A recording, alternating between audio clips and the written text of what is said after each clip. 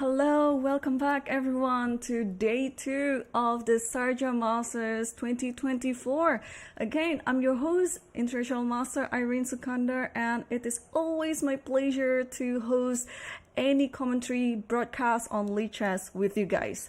And without further ado, yesterday we had so many interesting games, and today we will have a 15-minute broadcast delay, and but I don't think it's going to change anything in the event because it will be as exciting as we can hope for. So let's take a look the top players by rating, because this is just a handful of all the stars that we're going to see in the Sharjah Masters 2024. We have Ergaisi, we have Matsudlu, Yu Yongyi, Rajabov, Tabatabai, Sarana, Artemiev, and Yishipenko. And this is just 8 of them. But we have like lots and lots of other names as well. Pardon me. And there are also some interesting players that we can talk about. We have in this tournament Hans Niemann, Shanklin, Ivan Vasil, and Timur Kurbakarov.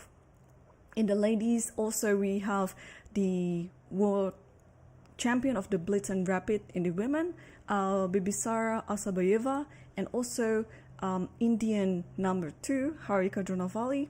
We also have Georgi Sindarov, this is an Uzbek prodigy, and we have the wild card from Lichess, that's Mahdi Gholami Orimi from Iran. And today we have a 2 hours early schedule. Like yesterday we started at 5 local time, but today we started at 3 local time, and it's gonna be the same schedule until the rest of the event.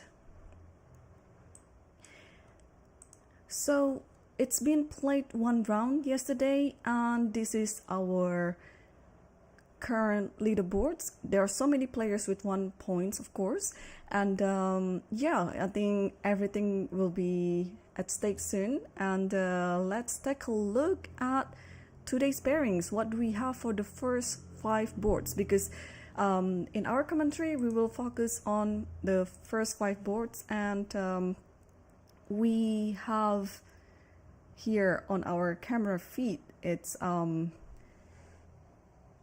Tuduru Nicholas versus Arjun Ergaisi. And yesterday, if you remember, that Ergaisi won such a beautiful game against Savarli Eltach from Azerbaijan.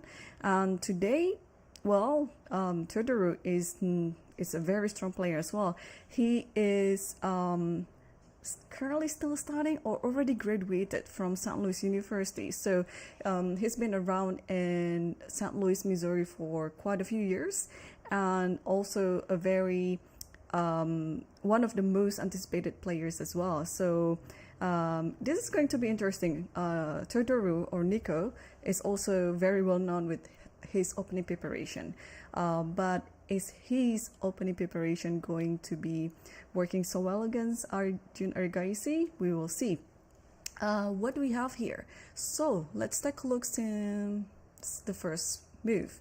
So Nico started with d4, knight f6, c4, e6, knight f3, and d5. So this is like the normal setup of the queen's gambit, and knight c3, and now we transpose it to Tarrasch, and after c d5, knight d5, e4, knight c3, bc3. Yeah, this is a very well-known variation in Tarrasch, where you can actually go takes like this, and then you go takes like this, bishop b4, bishop d2, takes, and then most of the times this type of position will end up with a draw. So the position is still on move a. Bishop b4 is already on the board, but both players are just blitzing out the moves. And bishop d2 was played, bishop takes d2, and we will expect queen d2 happens on the board as well, and it happened, and followed by castle. So everything is so good so far. Well, we know that Arjun is such a tough player to beat, and even if you're playing as white, it's never easy. So I guess this is a very solid opening approach by Todoro, because, well, white still maintains some advantage here, but also at the same time, if you want to play for a draw, it's gonna be not that hard. Well, you still have to keep up playing the middle game and end game well to score at least a draw here, of course. But yeah, looks like Arjun is happy to enter this variation, so we're going to see what's going to happen. And on the second board, this is also going to be very, very interesting, is the battle of generation between Ivanchuk versus Tabatabai. And am I seeing this correctly? Oh my gosh. Third move h6. I mean, h6 has appeared in many modern games these days to be like the unusual third, fourth, or fifth move in many of chess variations, like in Catalan or in other Queen's Gambit. But early h6 on the third move, we can see on the live game that Ivanchuk is currently thinking. It's something, you know, like for him it should be unusual, but knowing Ivanchuk, how resourceful and creative he is as a player, I will not be surprised if he's going to reply this h6 with also another equally creative move. Or maybe he's just gonna go old school and then just play some principal chess. So okay, so d4, knight f6, c4, e6, everything is still by the book. Knight f3, you can go with d5 here, like normal move. You can pretty much go with anything. If you want to play some c5 as well, you can go with for Benoni, or you can also go for some sort of other queen's Indian defense, depends on the next move. But h6, no, it's like I'm waiting. Tabatabai is like saying, I'm waiting, what is your idea? Because, well, if I were white here, also there are so many moves. It's just depending on what sort of strategy that you are going after. If you are going to play in the center, then maybe some move like knight c3 and e4 with the idea of e4 will cross your mind. But also having this h6, you know, to be honest, I'm not too sure if I'm familiar with this idea. It can be just, you know, a waiting move which can be transposed to a normal variation or normal position in the end. Like maybe you will have this d5 and h6 is just a way to eliminate the bishop g5 idea or variation, so you can, you know, focus on bishop f4 idea or something like that. But also, alright, so Ivanchuk just play a3. So both of the players seems they don't want to get pinned with the bishop. So I was suggesting the move like knight c3, right? But maybe he's not happy with the move like bishop b4, and then it is like a helping move in the type of the Ragozin, where you usually reply this move with bishop g5, which is no longer available in this position. So a3 is kind of quite interesting, and also a preventive move. You just want to play d5, you just want to play knight c3 without any worry of bishop b4, and now d5 already happens on the board. So yeah, my suspicion actually comes true. Then this is just a transposition to the normal queen's gambit declined, and e3, so opting the bishop to stay on c1, because okay, when h6 is already on the board, sometimes you also want to think about the idea of the bishop f4 variation. But here I think Ivanchuk is just happy to play a very solid chess by playing e3, because also with bishop f4 you have to think of any kind of move, like maybe bishop d6 works in that position. So e3, this is a very, I would say, an old-fashioned move as well. Like Ivanchuk is not provoked to play a very, or maybe a too creative variation. He's just gonna play like a solid chess, because, well, e3, a3, you know, followed by knight c3 maybe, and bishop d3, castle. These are the moves that you're gonna play anyway. So We'll keep this one in mind because, again, these two players have, I would say, similar playing style, because we know from the good old days when Ivanchuk was younger, we know that how aggressive and attacking player he was. And we also know Tabatabai, especially from yesterday's game when he defeated Pranav in a very nice style as well, with sacrifices here and there which cannot be accepted, but in the end he sacrificed again, and his last sacrifice actually sealed the deal and Pranav resigned. So this is going to be very interesting, especially Ivanchuk is playing with white pieces, and I was just hoping that this one will transpire into a very aggressive and attacking game despite starting with first move d4. So we'll keep this one in mind, and let's move on to the next board. We have I would say, the current Australian number one, Kubakarov Timur. His live rating, or his current rating, is now 2600, and now I think the only 2600 of the country, and he is playing against Fedosiev, who moved to Slovenia. And what we have in this position, I think it's like Petrov, yeah, takes, and everything is just still. In the opening book, Bishop d6, castle. So it's almost like yesterday, like there is some copycat idea of something like that. But in this type of position, you gotta be careful. Okay, we can go for the main line here, of course, with c4.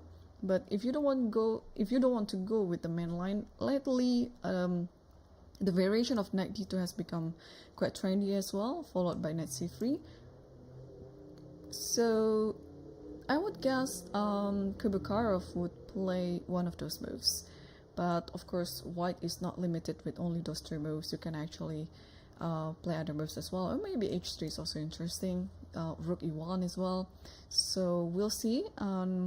He's just choosing which one that he's gonna pick, and I think we will have the move very soon. And indeed, he played Rook e1. So not the top three moves that I was suggesting before, but just, yeah. But white is quite flexible in this position, in this type of Petrov variation. So Rook e1 is also a very good one. Okay, so we've been checking most of the top boards, and let's move on to board number 4. And whoa, this is also one of the most anticipated matchups. So we have Hans Niemann as white, and black is Fakidov Jakhonier. And Fakidov Jakhonier is the captain of the Uzbek team in the Olympiad in Chennai 2022, where the Uzbek team won the gold medal. And he was actually the oldest. No, the captain was, sorry, my mistake. The captain was Sokolov, Ivan Sokolov. But we know that Fakidov has been working with the boys, the Uzbek prodigies, sometimes as their captain too in other tournaments. And he is still very young, but he is the oldest of the team. So you can tell that how bright the future of Uzbek chess, because these boys, they're just, winning every single tournament. And here we have a few of Uzbek golden boys as well in the field. So even though we're going to mainly cover the first 5 boards, but as you know, this tournament is so stacked with all the chess stars and all the top elite grandmasters, and they're going to show us a very interesting event ahead. And today is just round 2. We still have so many days, so many rounds to go. And I'm just wondering what's holding up, because this is still the opening stage, and Hans is currently thinking for the third move. Okay, we have the time situation here. I assume that Fakidov just came late. I didn't know what happened, because he already spent like 11 minutes for 2 moves. So okay, anything can happen. And these players, I don't know whether they prepared or not, because sometimes a player like some particular players, they don't like to prepare a lot, because playing against the fellow grandmasters who also can play pretty much any variations, any openings, it might be best to save your energy, not to prepare so much, but just like, you know, revise your opening files, not to go too deep into some sort of opening preparations. So this is still very early in the game. We only have 2 moves for this game. So let's take a look at the next one. And we have, oh, it's also going to be very interesting. This one is Muradli Muhammad versus Aravind Chidambaram. And Muradli is also a very strong Azeri grandmaster. I was unlucky to be one of his victims 2 years ago in Abu Dhabi Masters, and but Aravind is also, I mean, he used to be an Indian prodigy as well, and I think he maintains his level in the 2600 rating right now, and of course he's not an easy opponent to play against. So what do we have in this game is, okay, it started out as an English defense, but it might soon transpose to something else. So we have some sort of like English still, but I would suspect that some move like castle, I don't know. White has so many setups here. You can also play d4, you can play castle, b3, and anything, pretty much anything. You can play queen c2. Yeah, queen c2 is actually interesting. This is quite a flexible move. You can play castle, you can play d4, you can play a3. Oh, queen b3. Yes, so this is also another approach that you can play in this position. So white is still thinking. And for those who just joined us, welcome on YouTube and Twitch. We have a 15-minute broadcast delay, so I'm not going to read chats this time, but I will just randomly select some of the matchups which I think is going to be interesting, apart from the top 5 boards that we're going to focus on. One matchup that steals my attention is this one, the game between Salim Saleh versus Shreyas Royal. And Shreyas yesterday, he made a really good start, beating Kazakhstan #1 Rinat Jumabayev, and I believe he has 2 GM norms, and I think he's on the right track to get the final one and becoming the latest English grandmaster. And but his opponent today is none other than Salim Saleh, and Salim has been UAE #1 for many years. I lost count, maybe for over 10 years, I don't know. He's such a strong player. He actually passed 2700 barrier, and he's worked with so many good grandmasters. One of them is actually the captain or the coach of the Uzbekistan chess team in the Olympiad, Ivan Sokolov. And we know Ivan Sokolov is also a very good trainer and a renowned coach in the world.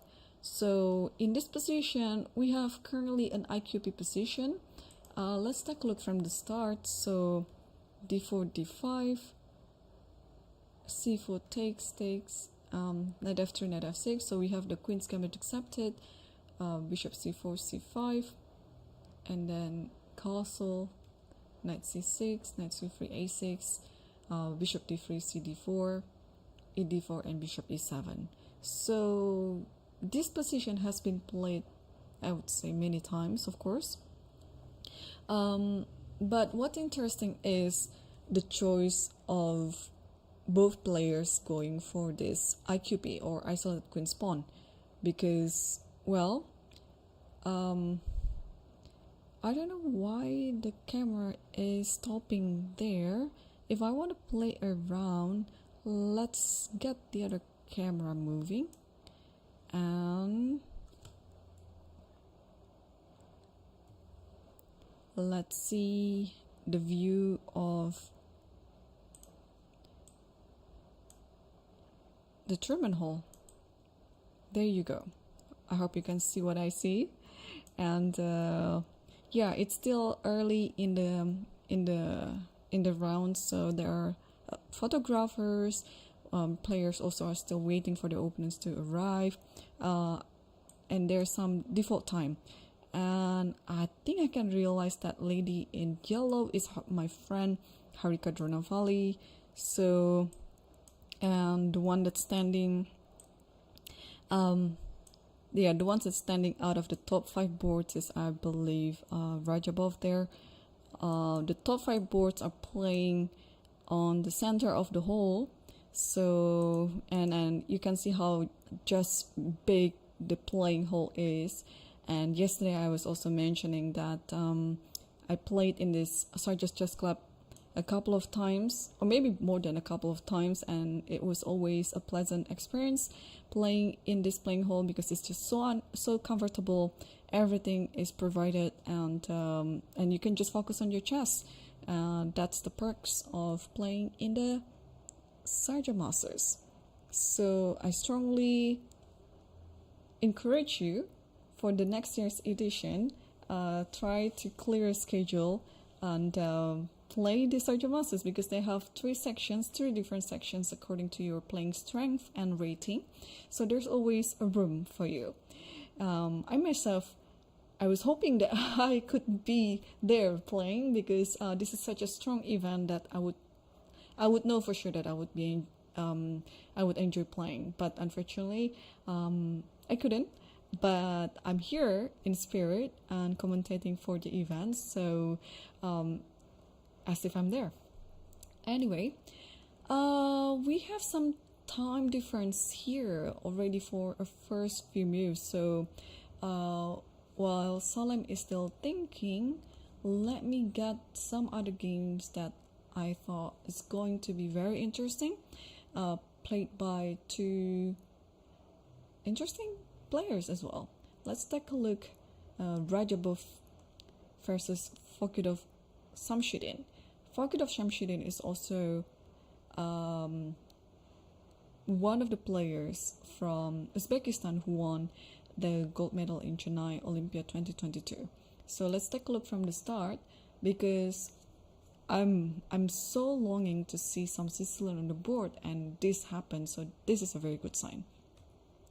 So e4 c5, knight f3, e6, d4 takes, knight c6, knight c3, queen c7, bishop e2. So we see some sort of like a very how to say, like a classic Taimanov with bishop e2, and now knight b5 is there. So that's why most of the times usually people will just go a6 to stop knight b5 from happening, but I think Fakidov is coming with something that's a little bit not in the mainstream. So knight db5, queen b8, you have to always keep an eye on knight d6, therefore queen b8 is the move, and here f4 followed by d6 and g4. I mean, just take a look at the position already. After 9 moves, I can already tell that this is going to be my favorite game of the round. It's promising us that it's gonna be a totally exciting game. No, I mean, Rajabov, he has this tendency to always keep playing some interesting games and with interesting ideas as well. So after g4, a6 is played, and then you put the knight back to d4. Usually with this move like g4, you would like to set up your king to be castled long side. But we also saw in some of the Sicilian where g4 happened and the king castled on the short side. But that usually happened when your opposing king is already castled.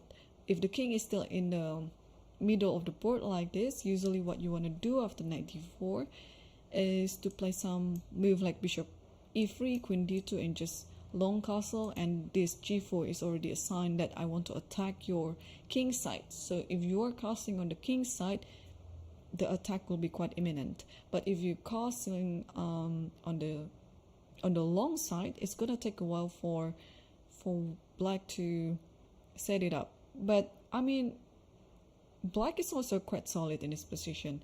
So what will I do here if I were black? The thing is, if I play bishop d7, this g4 is kind of like a tricky move.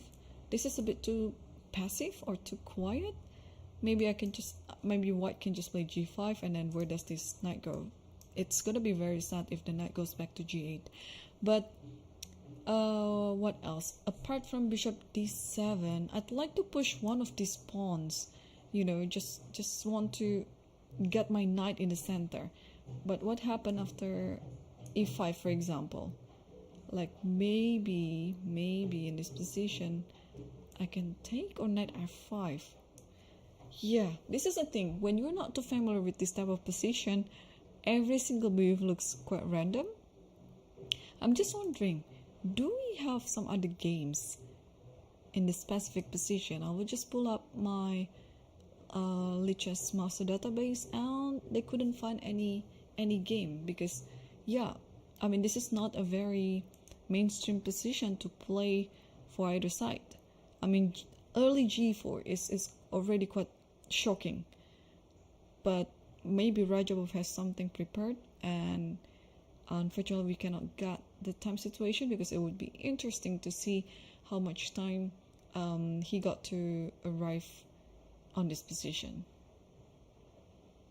Okay, so knight d4, and Fakadov is still thinking.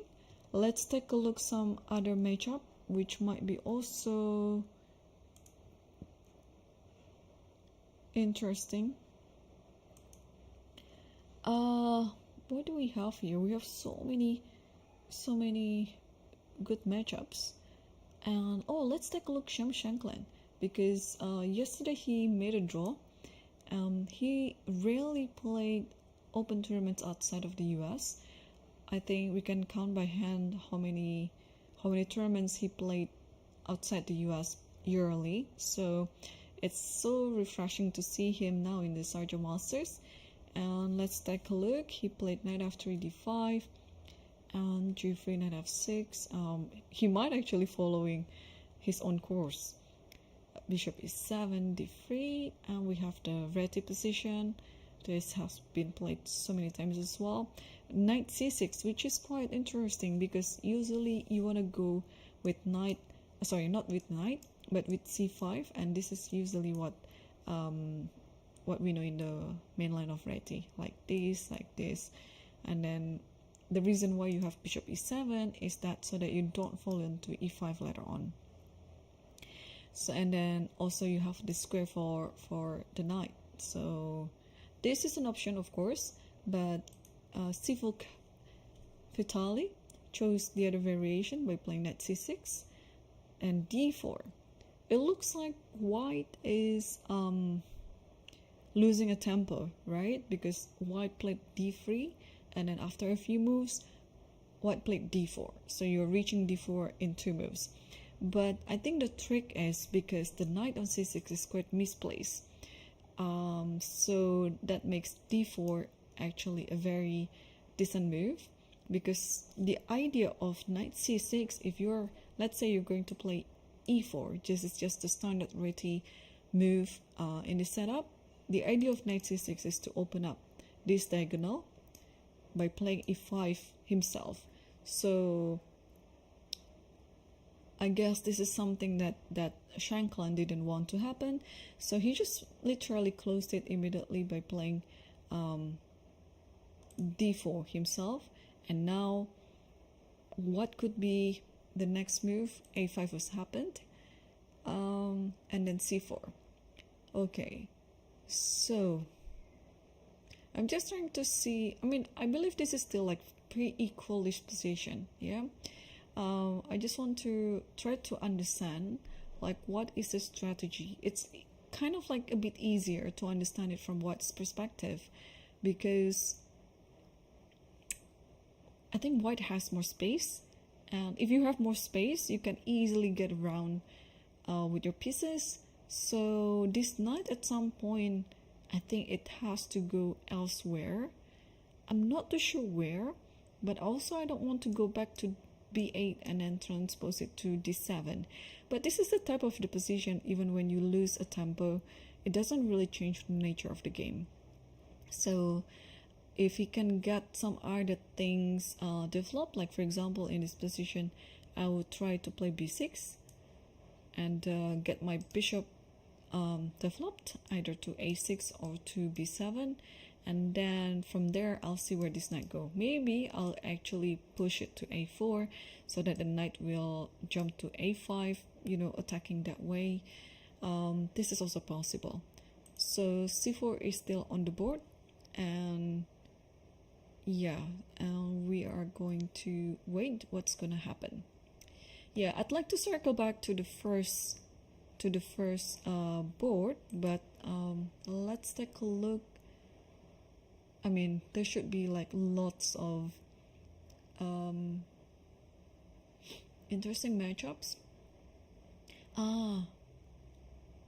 We have we have our first result, guys. Board 32 between Cardoso versus Yuval Daniel. They ended with a draw after 13 moves.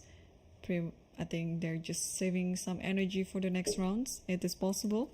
So I just want to take a look what's happening, how they agreed the draw so quickly. So this is a Sharjah variation that has become popular again since the match between Magnus Carlsen versus Fabiano Caruana in London 2018.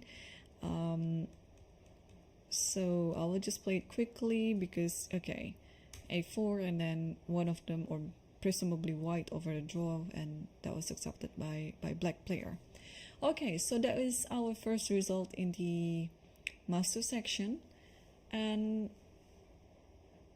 they are also, no, I was just scrolling down, and there are also two other draws made between the Iranian Grandmaster Idani Puya versus the Turkish Yilmaz Yerlimert. Okay, this looks, I mean, when you agree to a draw at this early stage of the game, of course the final position should be quite equalish. And also another draw between Savrali Altaj versus Saman Aditya. I think this is coming from a Karakan. Let's take a look. Yeah, this variation with an early queen exchange. So we have 3 draws so far, and let's circle back to the top boards, and we're going to see back to Tudor versus Ergaisi. So we saw the position up to castle, followed by bishop c4 and knight d7, castle b6, rook a d1, bishop b7, rook fe1, knight f6, and then queen f4. Everything looks good for white, and black is also doing what needs to be done. The idea of this position for white, if white wants to push for a win, is to try to get d5 work at some point. So you have to kind of get ready or prepare for this move, because it cannot easily be just played, because otherwise it's not because it can be captured or anything. It's just that after that, what's next? You cannot push it to the d6, or it's just going to give black more files to try to trade pieces. So here rook c8 was on the board, and bishop b3, queen c7. So if you're going to the endgame, it is a more favorable position for black, because white is slightly better in this position. Going to the endgame will just make it kind of like equalish. So here Tudor didn't accept the trade, and he played queen h4, h6, h3. Remember about your back rank, guys. These little moves h6 and h3, they're going to be very needed in the later stage of the game. Rook f8, rook e3, and b5. So as you can see, black is playing on the queen side because there's nothing that black can do on the king side. Black is trying to make some counterplay on the queen side. Now it is up to white on how to play this out. So b5 is a preparation for a5. You just want to create some counter attack like what I said, and then play a4, and then because this bishop is such a good bishop, you have to try to distract it. And yeah, what do you think white will do in this position? Because I was thinking of d5, but d5 is just, it might be possible. Also, what you want to try to do is knight e5, but if you play knight e5 right away, I'm a bit worried of this a5, and you might have to play some. What are the moves that you can play here?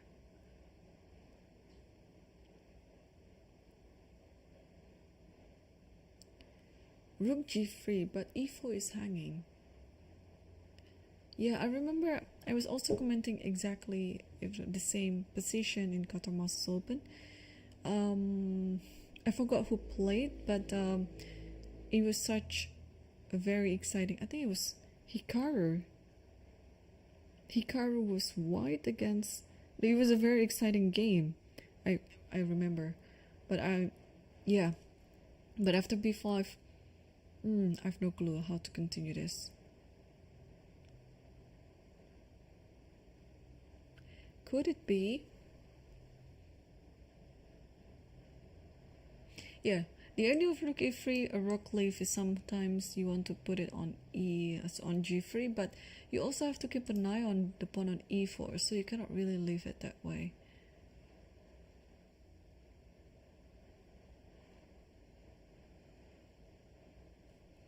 Okay, no, I'll.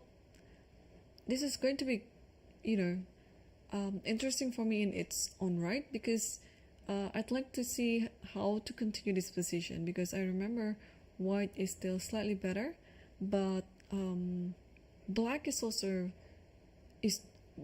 doing okay. Black doesn't have any real problems in this position. You just have to play the opposing ideas to your opponents. So time situation is fine for Arjun. Teodoro has spent quite some time here, and let me remind you about the time control in this tournament. They are playing with 90 minutes plus 30 seconds, and there is no second time control, so there's no additional 30 minutes, let's say, after move 40. So usually in the 4th hour of the game, they're already entering the time trouble, where the players are playing just by increment. So it's going to be very exciting actually to see them playing some sort of like blitz in an end game, or if they have some complicated position, it's even more interesting. Okay, let's circle back also on the second board that I mentioned earlier about the clash of generation. So yeah, so Irene chose a very old-fashioned style approaching this position, with the shocking move early h6 on the third move.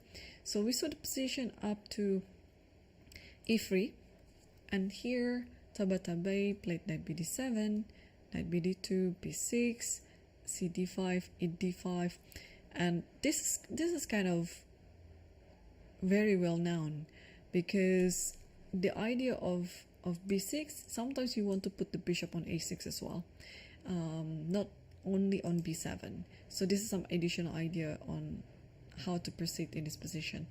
And taking on d5 immediately will also work, because usually the bishop would like to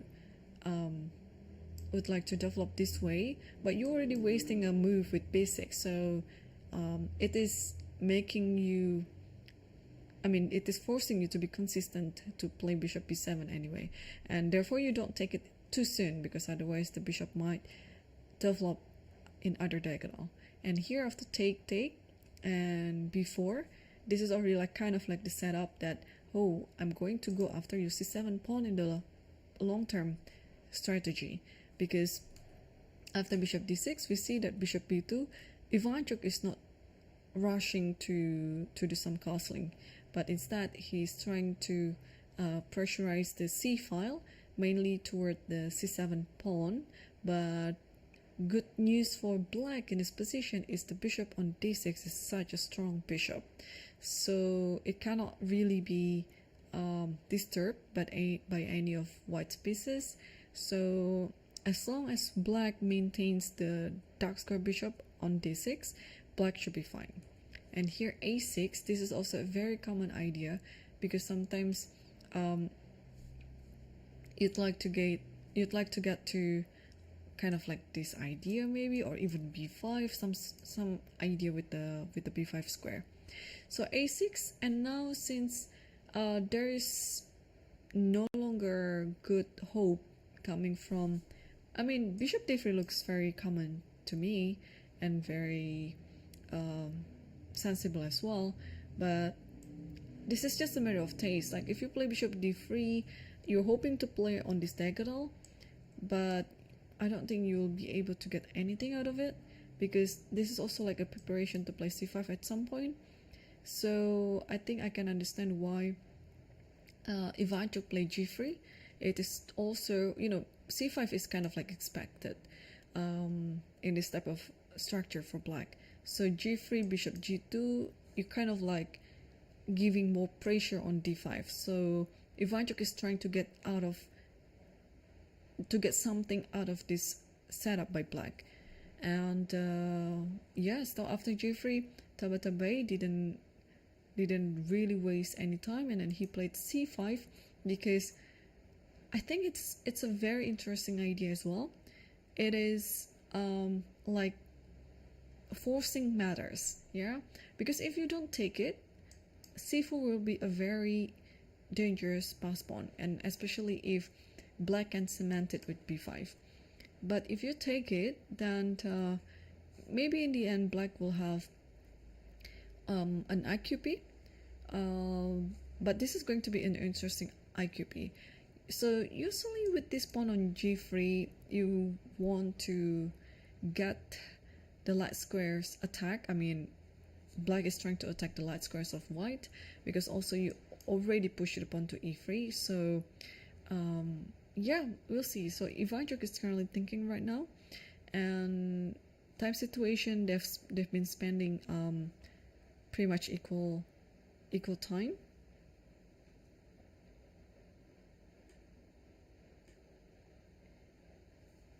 So yeah, we'll wait on how this is going to go. And let's circle back also on the third board of the Sharjah Masters Open between Kubakar versus Fedosiev. And my goodness me, sir, it's doubled pawns, double pawns. I'm saying it twice because it's double. Okay, so we have double pawns on d file and f file. So we saw the position after rook e1 here. Rook e1, rook e8, c4, bishop g4 takes here, knight f6, knight c3, takes, and knight h5. So materially speaking, white is up a pawn, but this means literally nothing in this type of position. So I'm just, you know, sometimes when I try to decipher what's happening, you can also tell from the time situation. Here, I think everything is still according to home prep of Fedosiev, but I also remember that he played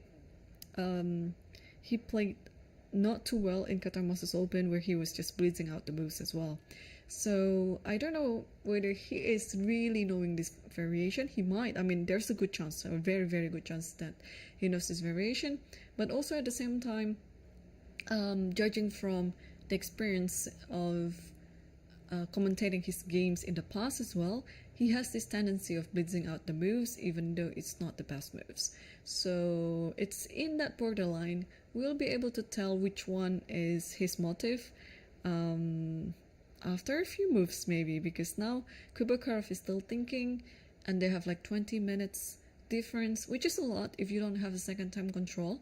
And what happened if the game comes very complicated? So knight h5 is of course a very interesting move, and it has a very direct plan. But I was just wondering what happened if I just play something like queen e4, for example, because you still cannot make any checks. I mean, also at some point you want to play queen h4, but now it's not going to happen because the back rank is lost.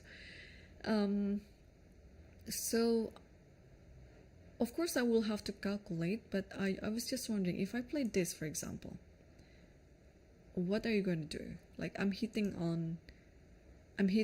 h7 here, and how are we going to protect it? If you play that f6 back, I don't think that would be the best move. First of all, I can put my queen to h4. To be honest, I don't believe that this position is better for black, even though Vedisiev has been playing all the moves rather quick. But yeah, I don't believe it.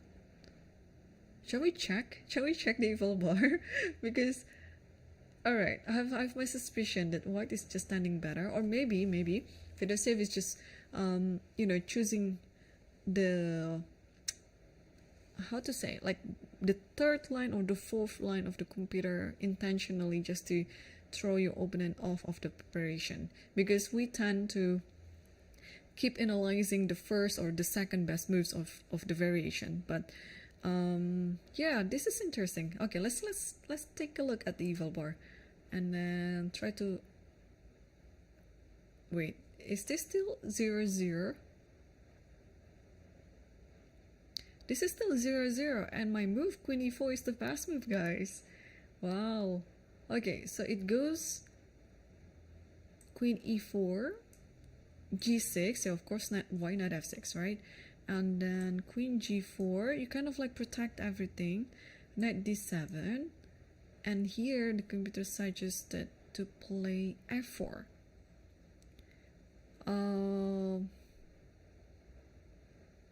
Yeah, I'm a bit torn. I really want to get my rook going, so probably I would choose to play bishop d2, but turns out this is not the best move because of because of knight df6. And then what happened after queen h4? Bishop e7. Like, okay, you kind of like retreat, but that retreating move is kind of the best move of the variation. That's hard to believe. So we can see the live cam also that Kubakarov is, disbelieve that black is doing okay, because again, this is the current situation right now, and white has a pair of bishops. I know the king on g1 is kind of exposed, but white has also an extra pawn, which I don't think it matters a lot. So okay, now I'm gaining my understanding on this position. This should be home prep, because it would be quite comical if you don't have any prior knowledge to play this variation before, and then you just played it, and then you played it against like pretty strong grandmaster too. So no, this is totally interesting. And as always, we can always circle back to the top boards. And now let's see board number 4, Hans Niemann versus Vakidov. And okay, the f1 is missing. What is going on? What is it? Alright, so finally, after some thought, Hans chose to play Drew Lopez, h6, and then bishop a4, d6, the Steinitz variation, and f5. Well, this f5 idea was employed by Pragnananda, who successfully defeated and the candidates, but it was a delayed Schliemann without d6. When I saw that, it was kind of shocking, but now it's double delayed because after a6 there's also d6. So don't you think this is interesting as well? How these players, you know, they try to come up with some fresh ideas, some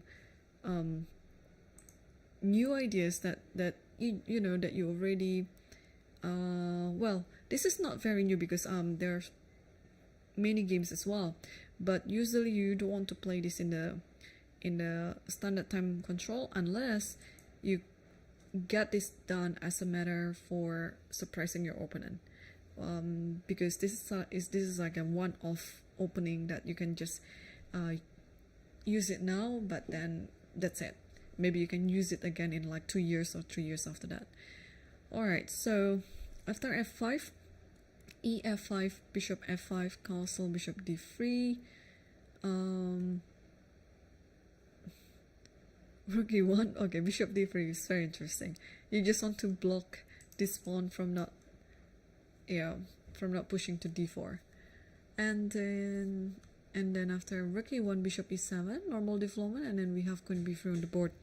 And in the live cam, yeah, so turns out this position is, I think it's gonna be pretty new for both of the players, because otherwise they would try to blitz in again. But okay, this position, like for example, what's going to happen after b5? Because it looks like playing queen b3 is trapping your own bishop on a4, right? But in this position, the bishop is not really trapped because the queen can just go to d5. And not only that you're attacking these two pieces, but at some point, if you don't take the bishop on a4, this can be here, and then the queen battery with the bishop can actually be very dangerous toward the king. So queen b3, interesting move. Also, it is attacking b7. Whenever the b pawn moves, you always have queen d5. So, well, isn't this just a double attack then? You're attacking b7 pawn, and you're also attacking d5. Alright, so if I play rook b8, for example, can I play queen d5 and win a pawn? Because I just want the pawn. Like here, the bishop has to go, and then you can just takes, and then you're up a pawn. And in this position, I think it looks like it's a healthy pawn. There's almost no compensation for black. What else can we do here? I mean, this is a very critical position, and how long has Fakidov been thinking? So you can see the time, right? More than 20 minutes already. He spent more than 20 minutes for the next move, and he's still thinking now, because it's not that easy to come up with a plan here, because everything has to be concrete. I don't believe that you can play some strategy here. Everything has to be concrete, everything has to be calculated. So now, first of all, how to deal with this threat on b7, right? Because if you don't do anything, I'm just gonna grab it. But if you push the pawn, there's queen d5. If you just protect it like that, there's still queen d5. So no, this is a nice move, to be honest. Yeah. And what did he miss then? So if he played bishop e7, assuming that everything just going normally, because a move like queen b3, it's not a move that you usually see when the bishop on a4, especially when the pawn on a6. So that can easily be missed. So in this position, I think I was just trying to understand some things as well. Like, I was thinking, what if I just move this knight? Because I don't want queen to go to d5. Like, if you play queen b3 here, now I can go b5. There's no queen d5 anymore. But I think the reason why knight f6 wasn't chosen by black is because of knight d4, because it's like double pinned now. The knight looks like it is en prise, but the pawn cannot take it because of this rook. The knight cannot take it because of the bishop. And then how are you going to back up knight then on c6? Well, you can play queen d7, but then there will come another attack like this, queen f6. So everything is just concrete here. You have to really be careful, because we are entering to an unknown territory where it is, you know, where when it is unfamiliar for anyone, you just simply have to calculate everything. Because yeah, and I think this one was missed by Fakidov as well, because bishop e7 looks a very normal move as well. Like it's closing up the e file so that there is no more knight d4. But at the same time, now comes queen b3, a very interesting move by Hans. I still cannot find a good response for this one. Maybe at some point you have to give up a pawn anyway, something like this, bishop b5. But then again, it looks like it is an unhealthy pawn, like just a pawn, and the king is kind of, yeah, the king is kind of like weak. So all right, let's check. Maybe I overestimated the white's position a bit too much. And wow, so the computer said it is still 0-0. So rook b8 is actually the best move here. And after queen, no, rook, no, it cannot be. Yeah, queen d5 is always there. Bishop f5. And then what if I just take on the pawn? Takes, and then queen here.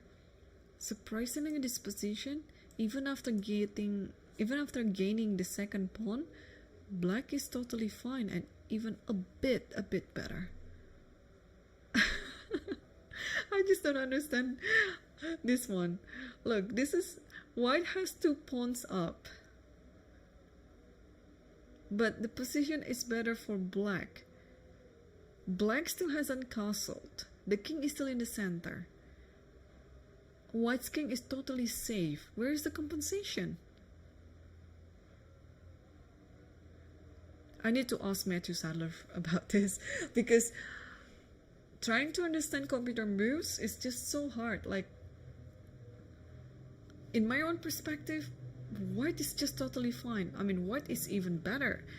2 pawns up. 2 pawns up. Safe king. No weaknesses.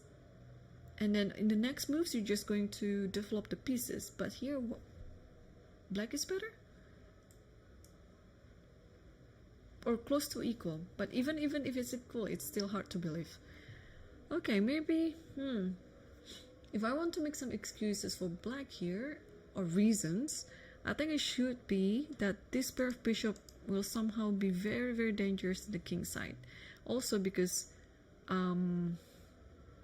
yeah, the open f file, and the knight will go here, Okay, so it's a long-term compensation then. It's so hard to believe in this position that everything is just equal. But if you are thinking about the long-term compensation of what are the initiatives that black might be able to play and how white will be able to defend it, then you can try to understand that that is the compensation. But again, from human's perspective, it's really hard to figure this out. All right, so queen b3. I mean, if it was easy, Fakidov would have played it many minutes ago. It's just so hard to understand that after giving up 2 pawns, you're actually still better. You're actually still fine, even having a slightly better position. It's just hard to believe. So I'm just going to also wait for this one, wait for the decision of Fakidov, because it's going to be interesting which one that he's going to take. But my guess, he would have to sacrifice at least a pawn. But again, if he doesn't have this understanding that after sacrificing in the variation that we just saw, that he was actually still fine, then he's not gonna choose that because it's his heart. But he might, no, I don't see any other option actually, because this and this, these are simply being attacked now. Alright, I mean, I'm not taking into account a move like Queen C8 because it just doesn't do anything. I mean, Rook B8 is still a better move if you want to cover the B7 pawn. Okay, so looks like Hans is controlling the game.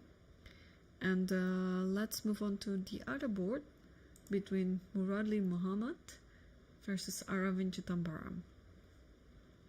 And here we leave the position up to Bishop B7, and yeah, Muradli chose this Queen C2 idea, and castle, and then Rook E8, A3, Bishop C3, and Queen C3. You just have to be consistent that when you play Queen C2, your idea is to attack back on C3 with the Queen, so not to damaging your pawn structure. I mean, this is still in the opening stage, maybe already entering the middle game, but this is still a very early stage. And let's move on to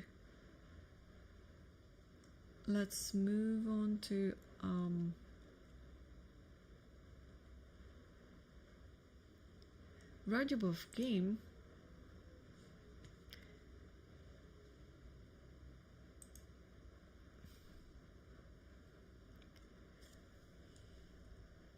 And what's going to happen? I've no clue.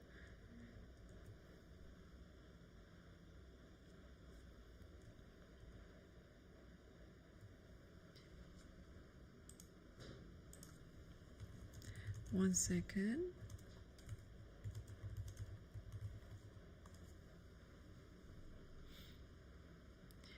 And we saw the position after G4, A6, Knight D4. And here, yes, D5. So yeah, I had a feeling that one of these pawns on E6 or D6 should be pushed.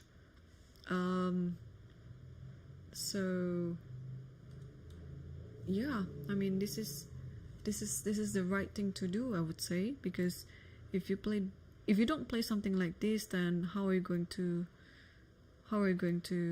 respond to G5, right? So D5, and then what if you play E5 here? Okay, the knight can just go to D7. I think it's quite safe. And if I take this, I think you have to take it with the knight, because otherwise if you take it with the pawn, there is G5. So you can take with the knight like this. And yeah, it's now a matter on who's attacking first.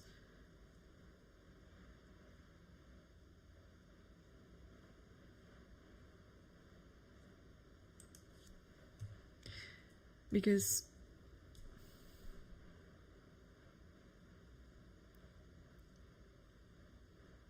it looks quite messy. Like here, maybe I can take this one first, takes, and then what next, yeah?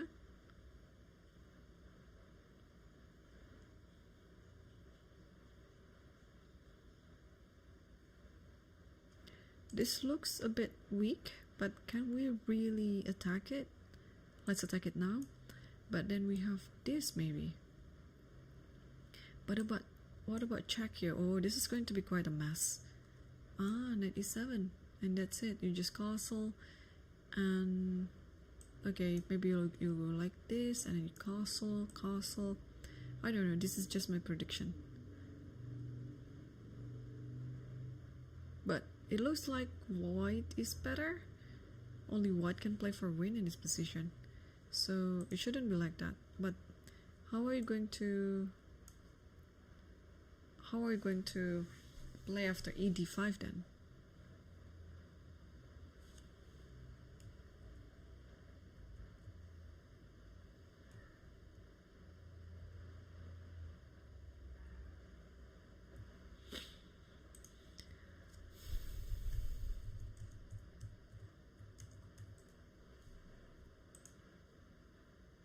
I think you have to take.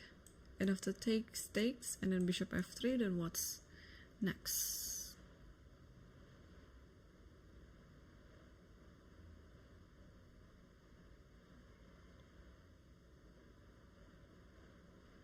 Yeah, no clue. Looks good to me for white.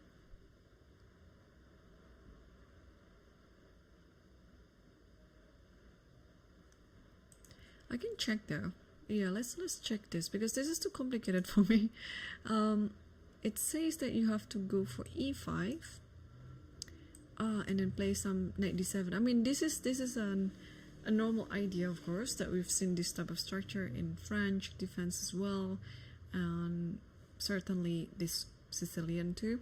But I was thinking maybe we can come up with something that's different to take on d5, because it looks like no, d5 is actually a better move. Because you have to take, is it a better move? Okay, take this, and takes this, and let's say I play bishop e3. That's the thing. If bishop e3, bishop c5, so I was right. Not queen e7, but knight b3. What happened after queen e7?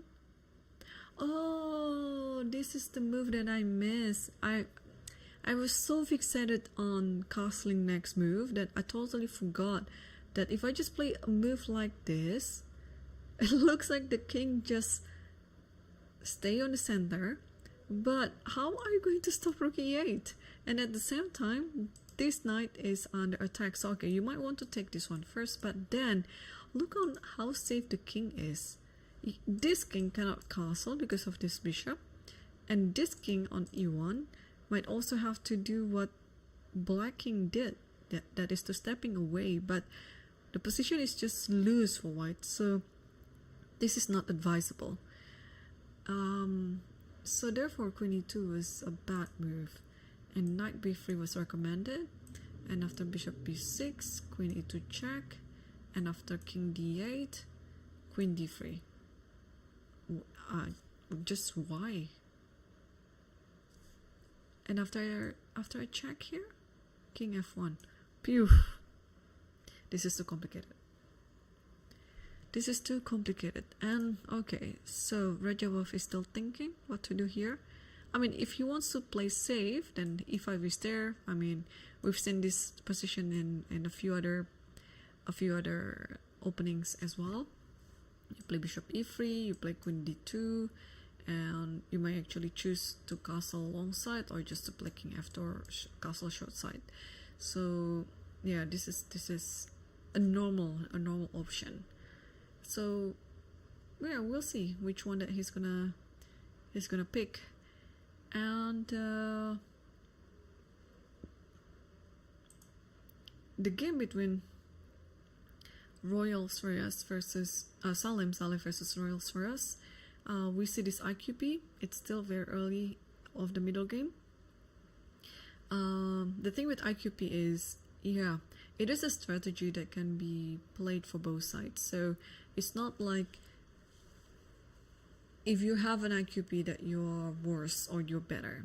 It can totally be played for white and for black here. You can of course play against the IQP, but you can also play with the IQP. It just depending on the next strategies and the next moves that you're going to come up with. That's gonna make the difference. Because usually if you're playing with IQP, you want to attack, especially the king. And if you're playing against the IQP, you want to trade pieces and get to the end game. So there are of course two different strategies, and the strategies are quite opposing actually. So white should attack, and therefore white shouldn't trade, because if you trade, then the attack would be less dangerous because you have less number of pieces, of course. But if you keep all the pieces on the board, and your attack will be, it will be more dangerous. So we'll keep an eye on this while both players are still thinking. And which game would I like to go? Oh, there's also another draw by Satwani versus Adiban versus Satwani to strong Indian grandmasters. And okay, that's it. Yeah,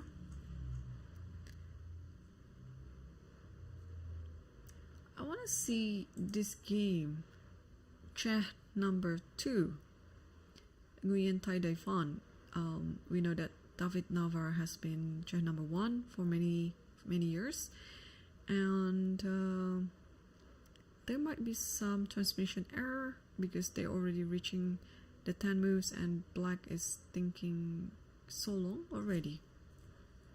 Yeah, it cannot be for 30 minutes for this move. Okay, we'll circle this one again and let's take a look the game between how to pronounce this thing. I hope my Polish viewers would forgive me for I don't know how to pronounce this one. Krzyzanowski Marcin? Is it okay? Is the pronunciation acceptable? So Marcin is playing against Abhimanyu Mishra, and we know that Abhimanyu, I don't know the status now, but he used to be the world's youngest grandmaster. Is he still maintaining that title as the world's youngest grandmaster? I don't think so, because lately I've read some article, I cannot remember the name, but I think it was a Turkish kid who broke the record as the world's youngest grandmaster. So, but anyway, all these kids these days, they're just very, very strong.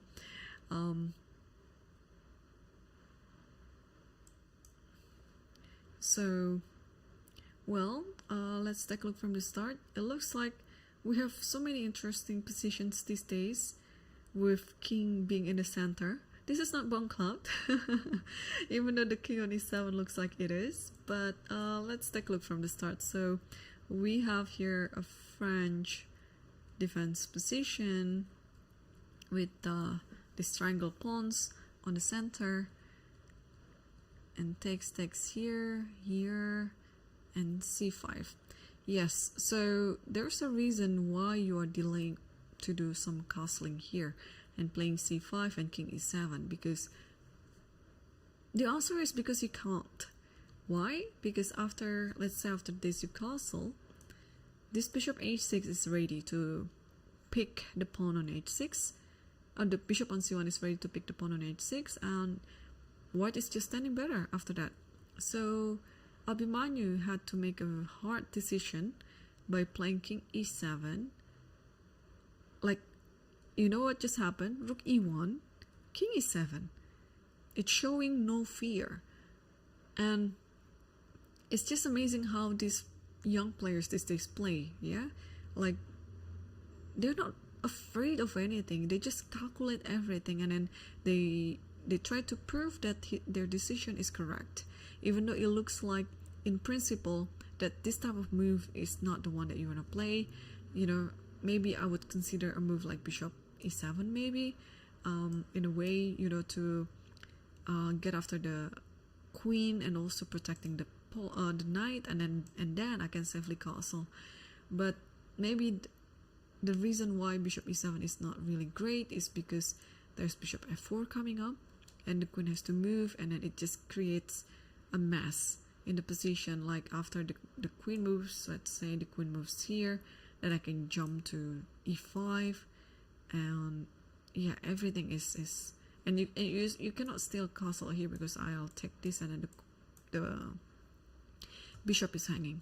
So this was a hard decision to make, but after you consider other candidate moves, you will understand that I think this is the move that you have to make anyway. And here, after king e7, knight d2, g5, and queen h3, and rook a g8. And this is already showing that I just want to attack on the king side. I have all my pieces eyeing to the king side. And after knight c4, bishop f4, bishop f1, and bishop c6. Look at how energetic black pieces are. But I'm still just worried, because even though it looks like it's an attacking move one after the other, but you shouldn't forget about the king on e7 as well. I think black would have preferred to have the king elsewhere, probably on the other side, maybe on a8 or b8. You know, it looks a bit more safe. But here the king is on e7, so black cannot really attack freely because of that reason. Black has to have some other pieces to protect the king all time. So here bishop e3 is the last move, and Mishra is still thinking. And yeah, what do you guys think? Like, how should we handle this threat on c5?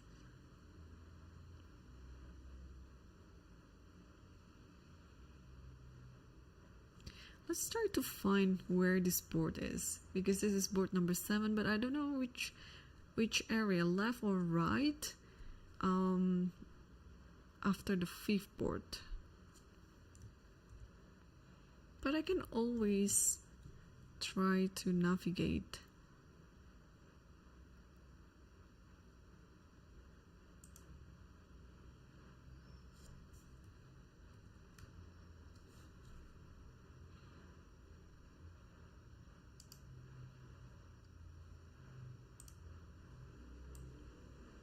Let's see the playing hall again and see who are walking around.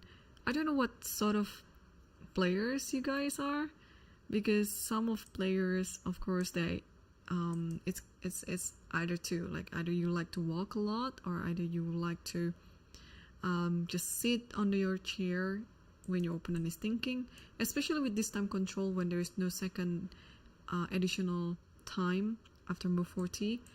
I myself, I would like to just sit on my chair while waiting for my opponent to move and then just be focused on the game. But okay, at some point, of course, that if you want to stretch and, you know, and you can just keep walking around like that. And especially if your board is very accessible from where you are walking around from. And yeah, so the top board's on the center. Let's take a look. Is that, I can't tell if it's, okay, let's zoom in. Let's zoom in to, no, this is where max. Okay, I think it's on the other side. Yeah, I think it is on the other side. Yes, I think we can tell on the right side is Rajabov thinking on what to move. Yeah, so that is the side for the rest of the boards. Okay, let's move back to the room view.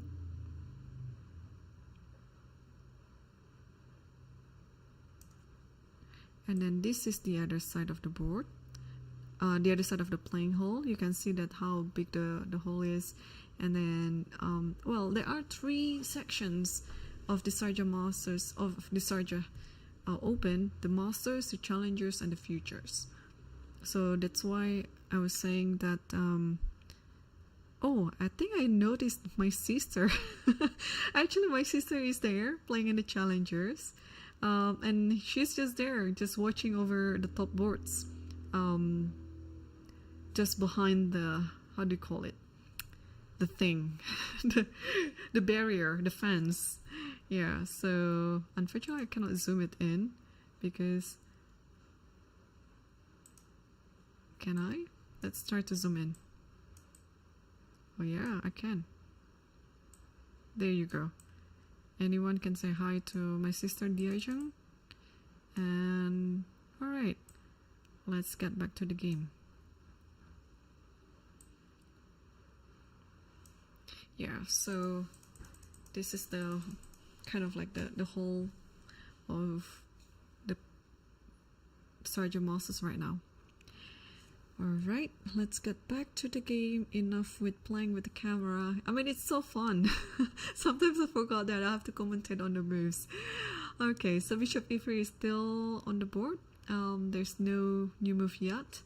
And I think I remember there was one Shall we actually update on Rajabov versus Fakidov if Rajabov already did something? Oh, see, this is what I was talking about. It's just so tempting to open up the position, but again, I mean, I didn't understand that at first, right? I was really inclining toward taking on d5 instead of playing e5 after d5 in this position.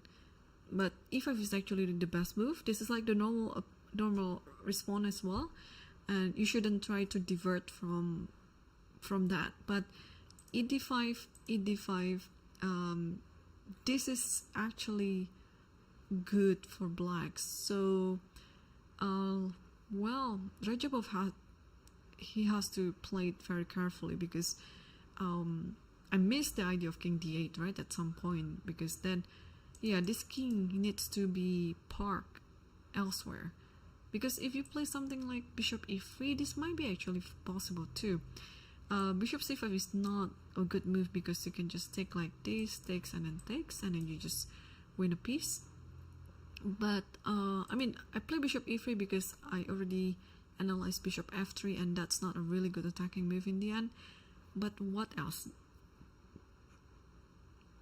Okay, maybe just bishop d6, yeah? I mean, black doesn't have any problem in this position. And if you play queen d2, then I can now maybe castle. Because whenever you play g5, having the queen here, there's always knight e4. So I would personally choose black in this position, because after e5, yeah, black is comfortable. Black doesn't have any problem anymore, because now the bishop will come, the dark square bishop will come to c5. I mean, first of all, b4 is of course possible, b4, c5, or d6, and depends on what white is going to play. Any of these moves looks very good to me. So yeah, there's this temptation when you know that you want to attack, especially after you move a move like g4, that your mind, your brain is already settled for an aggressive attacking game.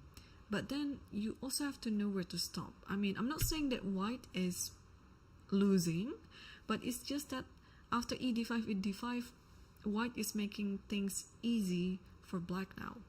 So, but okay, black is not out of the woods yet. There are still many other things to consider, especially about the king. But now, yeah, how to proceed in this position? Because normally after e5, you want to come up with something that's concrete, right? Oh, I analyzed knight d5 before. Maybe that's what Rajabov also missed, because it looks like what happened after g5, right? That's why I wanted to take d5 with the knight, because I was a bit worried of g5. But okay, what did I miss? Why Fakidov took the pawn with the pawn? That he's not afraid of losing this pawn then?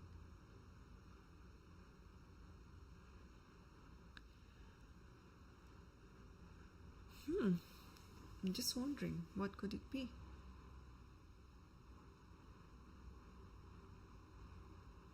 Because if knight moves anywhere like this, can I just take this?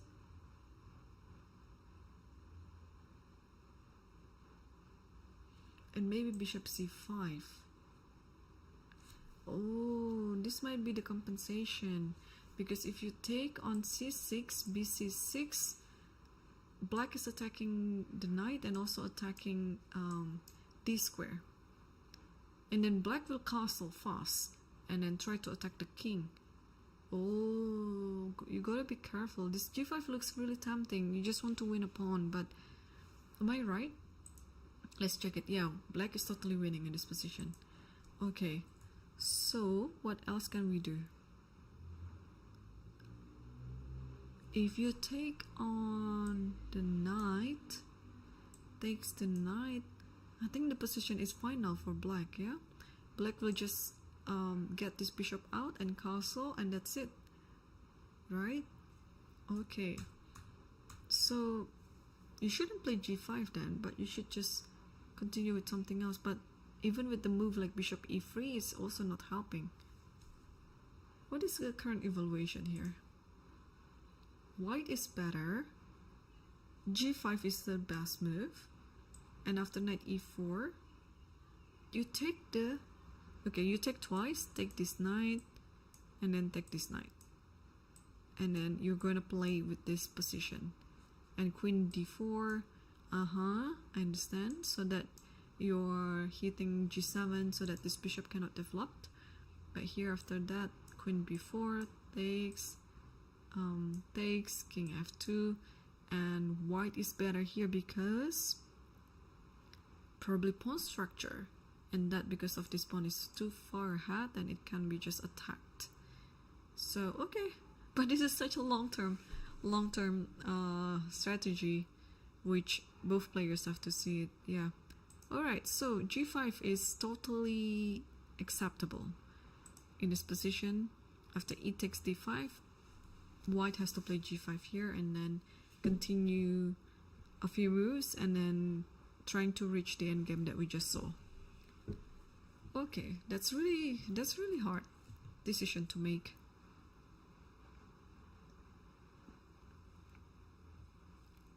Alright, let's take a look at the boards maybe. What do we want to see here? There's also another draw already finished by Horvath Dominic versus Matiro Shanhaik, and yeah, or maybe playing at 3 p.m. Also maybe because they want to have more rest, maybe. Yeah, I mean, it's still early of the tournament, and yeah, just keeping or conserving your energy as much as possible. Let's take a look at Bibisar's game against Aditya Mittal, because both of these players, I mean, Aditya is also a very good junior player from India, and let's see what sort of battle is it? Is it Catalan or what? Like d4 knight f6, c4 e6. Alright, on bishop g5 takes e4. Interesting. Okay, knight here. Okay, and then takes this like this. Okay, takes and g3. Okay, and then the king will do some sort of artificial castle. So bishop h6, this is the last move on the board. So black is planning to castle, and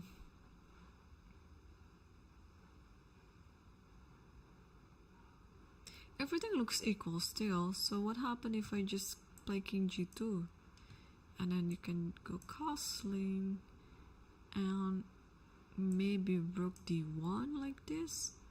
This should be fine for white, but also I don't see any problem for black. So I guess this is still quite an equal position.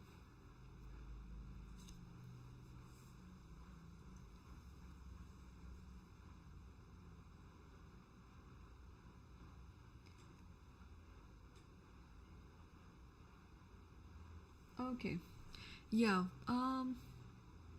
we have a 15-minute delay on the broadcast, so I cannot really address the chat on live time because I'm 15 minutes ahead in the future than the live stream. So yeah, anyway, let's take a look at the top boards again. Like, let's circle it back to board number 1, Ergaisi versus Teodoro, which has unfolded nicely for white.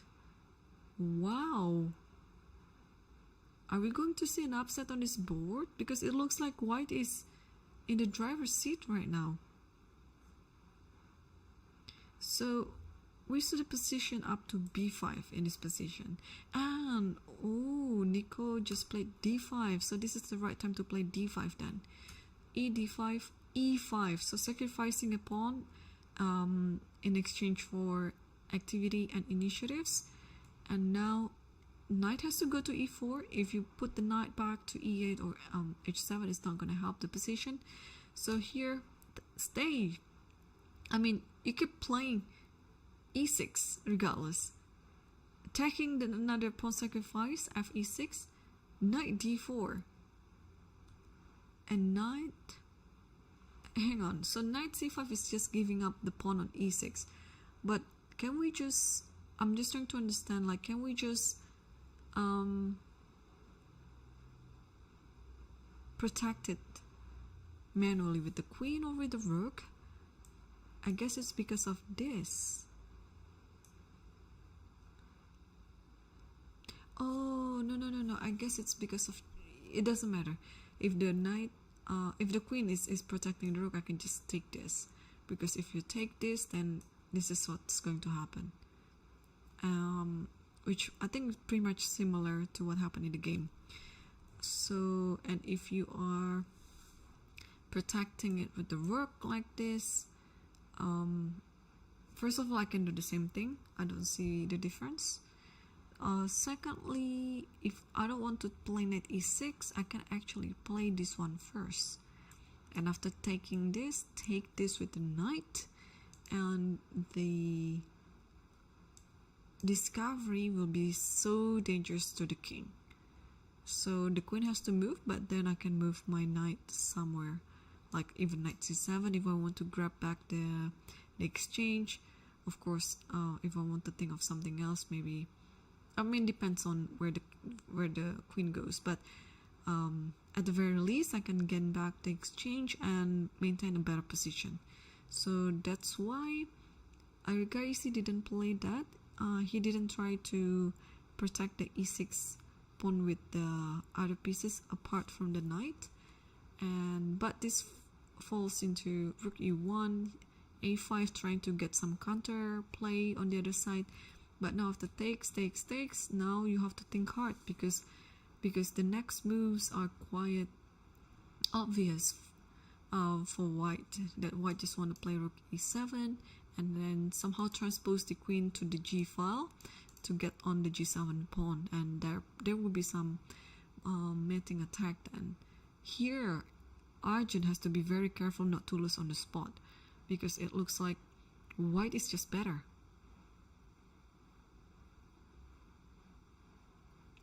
Time situation, Arjun has about 20 minutes extra, but this position, you know, and Theo has 46 minutes, and it should be enough time for him to calculate things. So I don't think in this position, at the very least, white will be able to get away with the draw. But of course, white is pushing for a win now, and rightly so, because he is in a better situation.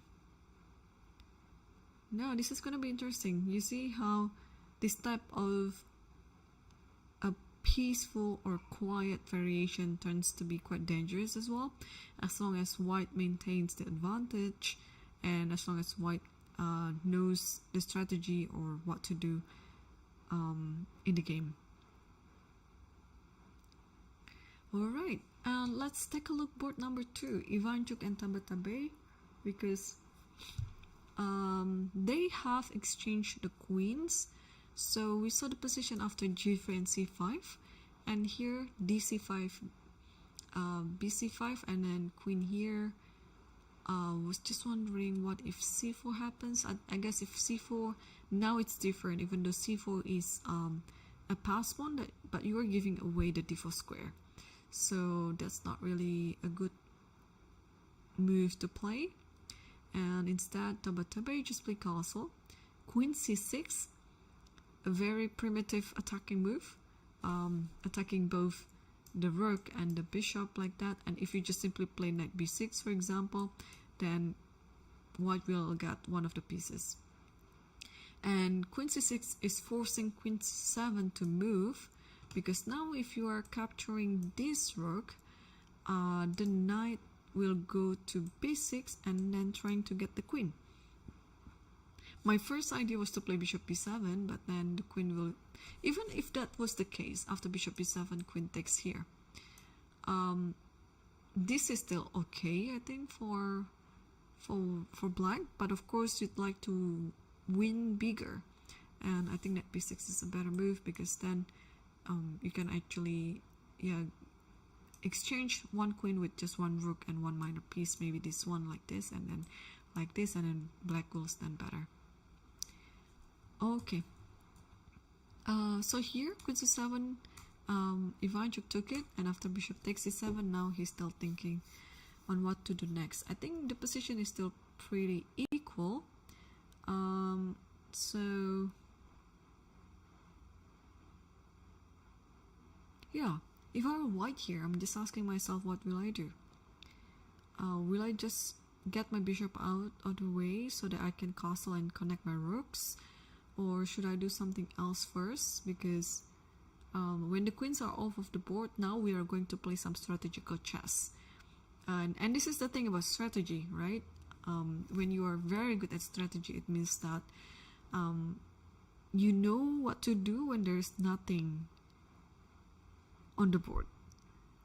Compared to if it's a tactical position, you just have to calculate this, that, and then trying to understand the pattern, because tactics are about patterns.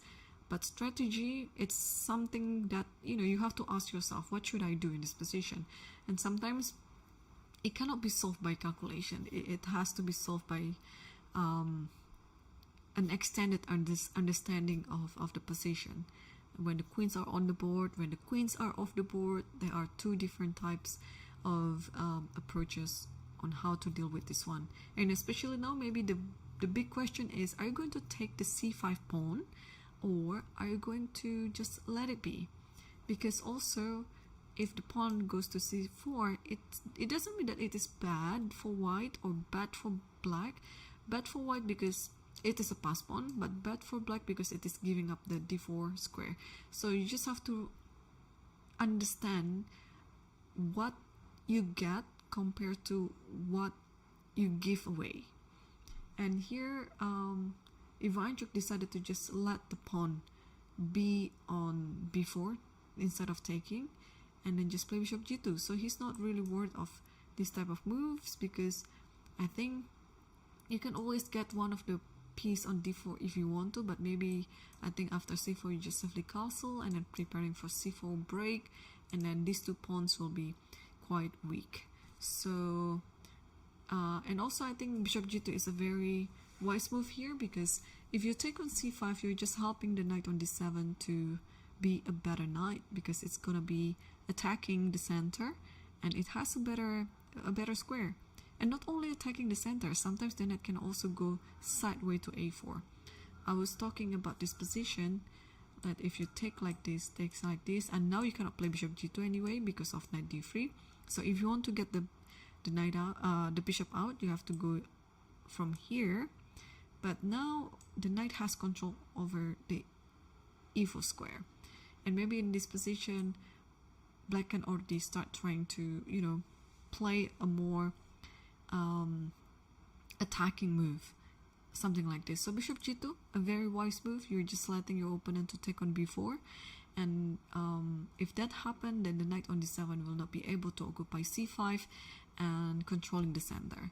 And now after bishop g2, you just want to castle and possibly putting the rook on the center on d1 and c1, and then try to attack the hanging pawns on the center on c5 and d5. So strategically speaking, things are looking good for white, because white doesn't really have any weaknesses in this position, but black has to be careful on the hanging pawns on c5 and d5. If black is able to find an idea or a plan to compensate the weaknesses, then black should be fine. So let's think what can be done here for black, because this is not easy, isn't it? You don't want to take on b4, it's just helping, but at some point the rook will come to c1 anyway, and then this pawn will be kind of pressurized. I like the bishop going to this way, but the knight is blocked. And the knight cannot move because the knight is protecting c5 pawn. So it's like one thing ties to the other things, and then you have to kind of disentangle this thread.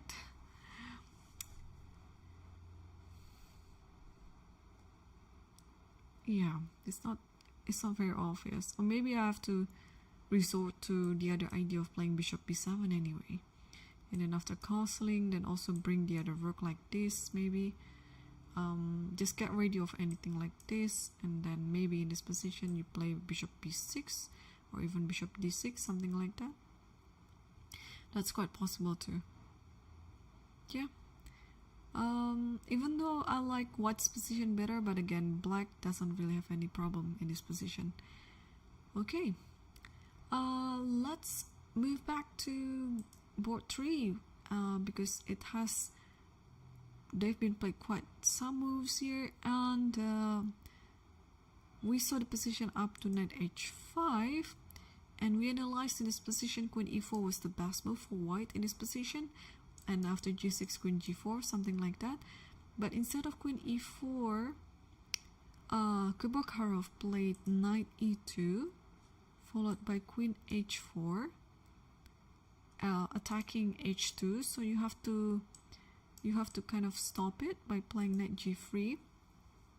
But then the knight moves back to f6, maybe trying to get this pawn on d5. Queen e3. Oh, sorry, my mistake. Not just about trying to go to d5, but also to stop any checks on e8, which cannot happen now because the queen is blocked by the knight. So now it is possible to play queen e8. So knight f6 and queen e3. So you still cannot take on d5 because of queen e8.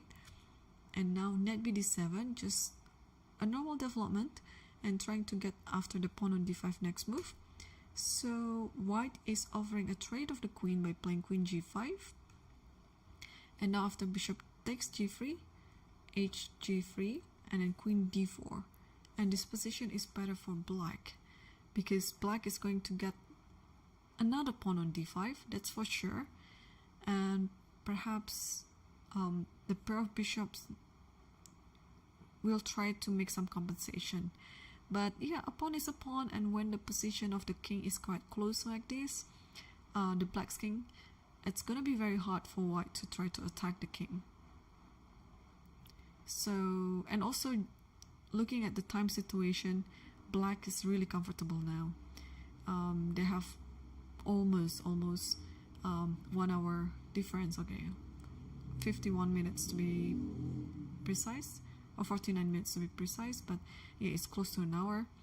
And Kubokarov has to play quicker now because the game is going to be, I think, even more complicated later on with this a pair of knights versus a pair of bishops with down a pawn in this type of position. So, and after queen d4, both the bishop on d3 and the pawn on d5 are under attack, and we can see in the live cam that Ivanchuk is watching and interested in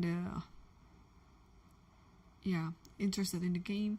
Yeah, what to do in this position? So if the bishop moves, I mean, where does the bishop move? I mean, safest square is this, but it doesn't really give, and I mean, it doesn't really give anything to white's position, because then this one can be taken immediately, or black can also wait not to take it immediately. I mean, bishop is tied to this pawn.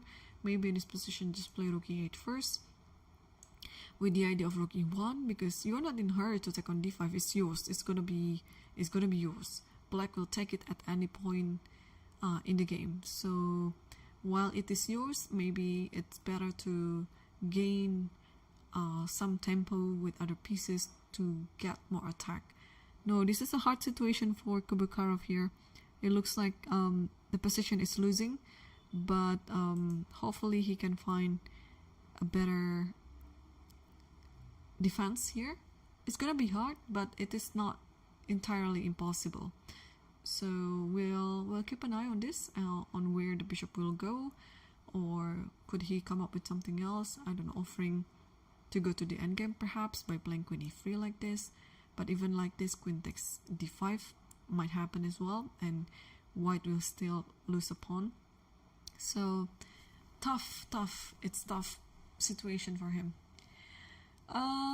Let's get to see Hans' game against Fakidov, because how many games have we seen in this round that the players they just really don't like castling. They just want to put the king in the center, and maybe of course the games are forcing them to do so, like the position or the situation of how the game transpire forcing them to do so. But again, this we left the position after queen b3, and so instead of playing rook b8, which was actually the best move in the position, Fakidov decided to just play b5, allowing queen d5, and after bishop f5, bishop b3, and now king d7. Just stepping away from the check from f7 ladder, and also at the same time protecting c6. And here, knight d4. Okay, let me try to understand. So you cannot take with the pawn because the bishop on f5 is hanging. This is it, and I think it should be just loss. No, it's mate in 3. I mean 1, and then 2, and then 3. So that could be a fatal blunder if it happened. So you shouldn't take it, of course, but if you take it with the knight, which happened in the game anyway, you take it back with the pawn, and then you are attacking the e5 pawn right now.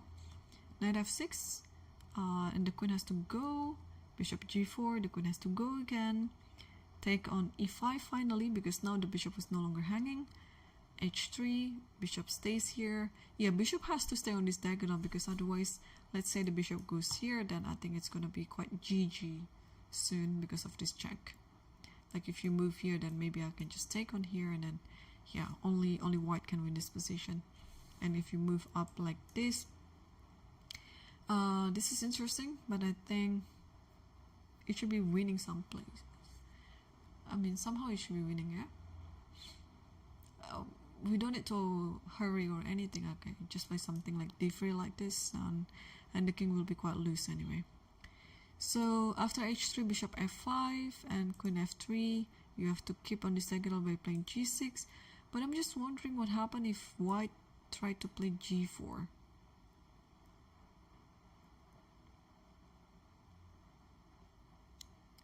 Because if you are already in the spirit of attacking this bishop, you might as well continue it by playing g4 and then try to force this bishop going elsewhere. I don't know. The only feasible square to go is maybe taking this. And maybe, I mean, we should calculate this. Like after check, king has to go to e8, takes like this. Even if it happens, I'm really happy with white's position, like this g4. Unless I'm missing something. But this should be really winning for white. Let's take a look. Yeah, it's close to, it is 3 point, it is +3. So if I strongly believe g4 is the best move, but he played d3, which is still fine too. White is in no hurry in attacking the bishop. g4 will come at any time. Even if here black tries to stop it by playing h5, and this bishop will come out. Because where does this king go? You cannot play c8, this one is hanging, and if you want to play c8, you have to move the rook first. It means that you have to waste a tempo. And now, that important tempo will be used by white to play some other important moves as well. So maybe in this position, bishop g5 looks good to me. Like, if you're not in any hurry in doing anything, you can just slowly develop your pieces. Bishop g5, knight d2, followed by rook c1, and then, you know, at some point this could be like a very imminent attack. So, but Okay, let's see which move is better, d3 or g4. So this position is already +2, +2.2 to be exact, for white, and after d3 it maintains the the +2.2, but if it's g4, oh, it actually decreased. Somehow I forgot that the bishop can go to e4. Alright, but if the bishop goes to e4, then I can win this one, right? Work with 2 pieces, and it's still pretty good. But okay, now I understand. Now I understand why d3 is better, because you don't want to go into this type of trades, you know, that will only help your opponent to gain composure, because now the king is kind of like in trouble. And yeah, this is the best decision. Yes, d3, stopping everything with bishop e4, and next move you just want to play g4. And even if you cannot play g4, you are still much better by playing bishop g5, knight here, and so on. Just normal development. You don't have to play like beautiful chess, like attacking or sacrificing this and that. It will come up at some point. So Hans looks like he's gonna enter the third round with a perfect score tomorrow. So things are looking good for white. And let's also see what's happening in the game between Rajabov, because that also was very, very interesting. And what happened was, after e5, he indeed played g5. Knight has to go to e4. He takes the knight, but here, instead of taking the c6 knight, he played bishop e3, and bishop d7 was there. So maybe there's a subtle difference here, because in the other position, that after this you can actually take this, and then queen d4. You want to get your bishop out to e3, but queen d4 is also a very multifunctional move. Not only that it protects b2, but it also hinders black from playing the bishop, because then the queen will just take on g7. So this is the best line in the variation. But instead of playing that, Rajabov played bishop e3 and followed by bishop d7. Now the difference is, of course, that after taking this, black is able to take it back with the bishop and manage to control e4 pawn, which was weak in the other variation before. So but things are still looking fine for both sides. It's still quite equal, but Rajabov just managed to miss his slight chance over there. Alright, so just looking if there are any interesting games that we can take a look. And okay, let's circle back to the first board and see how it happens. I mean, yeah, okay, Arjun is still thinking, because this is not an easy position to play. I think he realized that white is better, and he has to be really careful. Okay, I'm just gonna quickly scan if we have interesting position that we can try to look apart from the top boards. And since there is a 15-minute delay in the broadcast, even if you recommend me any of the games, I cannot really read it. I can only read it like 15 minutes later. So bear with me. I'm just searching through if there's any interesting position. I mean, all of them are quite interesting, but I'm looking for some sacrifice, some mating attack on the board, and so on. Oh, I see one of them actually. I don't know how to evaluate this position. It's between Sargsyan Shant versus Sankalp Gupta. Let's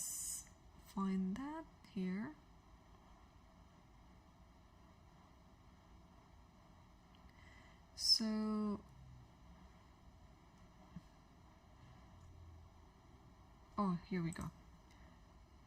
I mean, what is this? What's going on? Like e4, e5, so this looks like it's a Petrov. And takes, c4, okay, d4, bishop d3, takes, queen h5, rook e8 check, and then play king d1. So this is another example of the games of today, that no castle, just put the king aside or put the king on the 2nd or 7th rank. Okay, takes here, check here.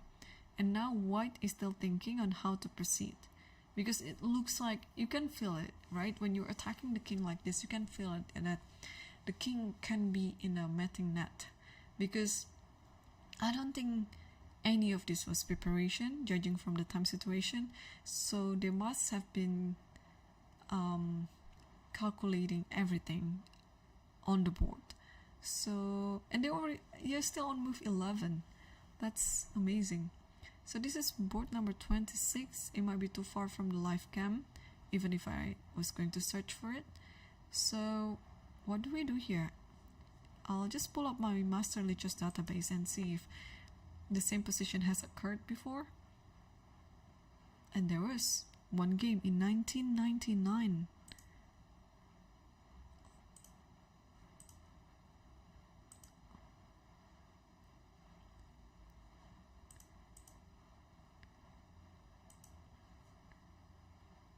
So the game went with just a check and a draw. Okay, alright.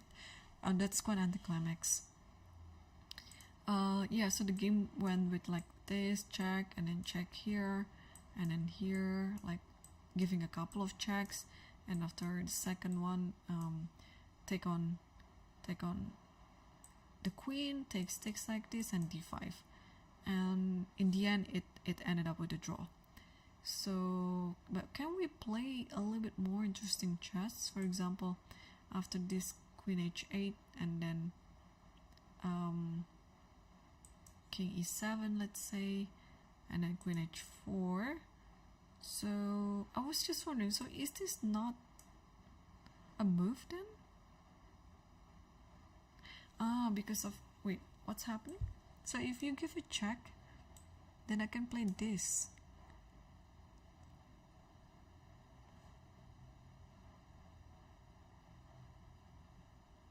Right? And you have to move the queen. Okay, you have d5 too, but is this position that you want? So what happened was king takes. So instead of doing all the checks on h8, white decided to just take the bishop, queen g5 check, and knight d2. And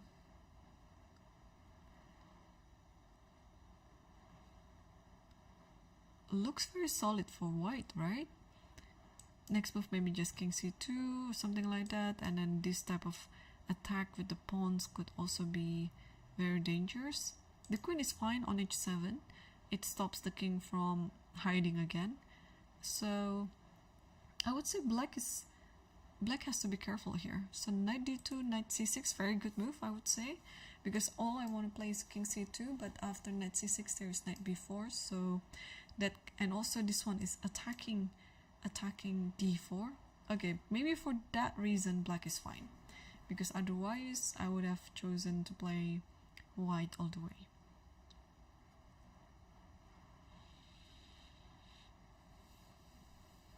Okay,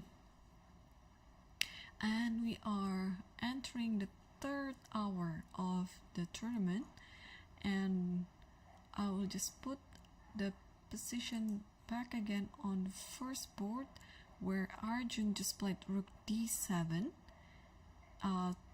manually stopping rook e7, but I mean it can still be done there. Rook e7 still is possible, right? Something like this, because after taking this, but maybe in this position it's still, I mean with one last rook it's a little bit easier. Like for example in this one I can play queen here maybe, and you cannot take this because this is a checkmate on the back rank. So maybe it's better not to exchange the rook and play something else. Like, I really want to divert this bishop to this diagonal, because just take a look, if the bishop is somehow in that diagonal, and then you can just try to attack h7, creating a battery with your queen, I think it's almost game over. So after rook d7, what can white do in this position? Because white is still standing slightly, not slightly, white is just better. Is there any tactics in this position? I mean, even if I play bishop d1, is still also very good, because you see how the bishop will jump to f3 or to g4, and then now go to f5. It's looking to me like, out of all the positions in this, out of all the pieces in this position, the bishop is the one that needs improvement.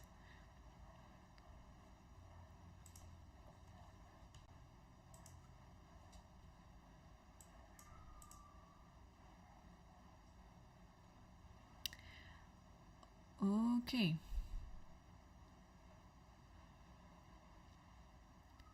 While players are still thinking, I think it is my cue to take my first break, and don't go anywhere, because we'll be back very soon.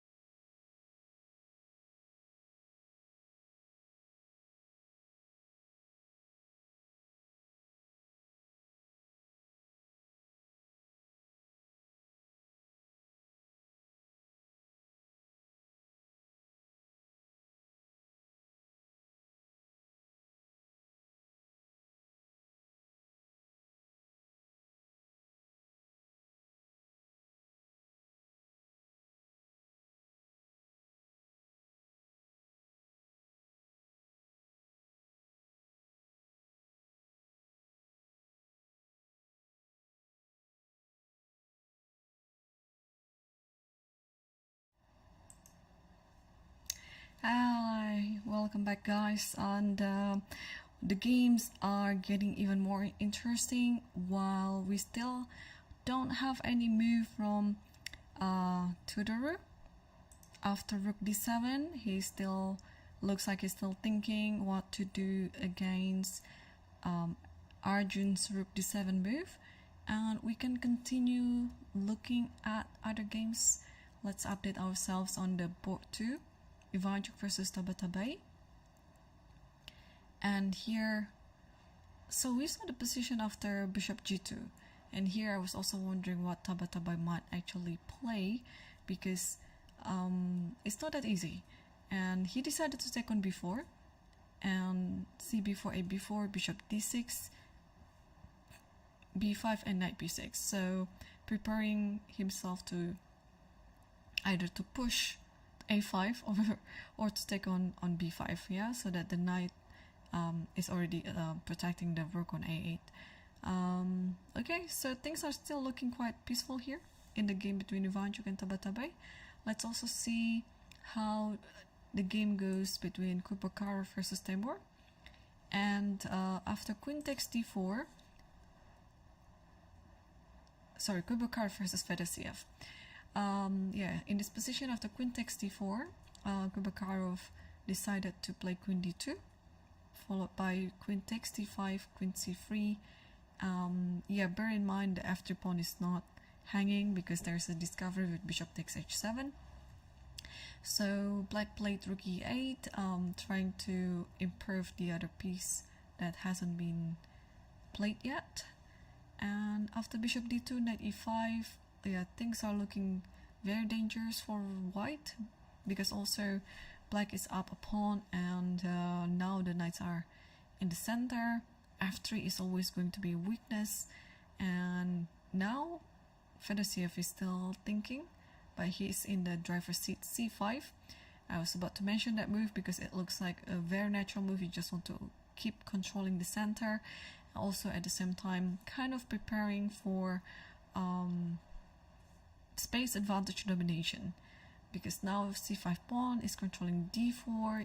Yeah, I don't know whether queen d4 would be an idea that black has in mind, trying to get to the endgame, but I think he would prefer to keep everything on the board and go for an attack.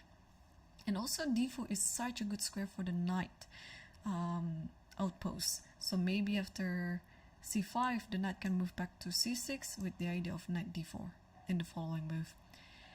And let's take a look at the fourth board between Hans Niemann, that who looks like enjoying his position a lot.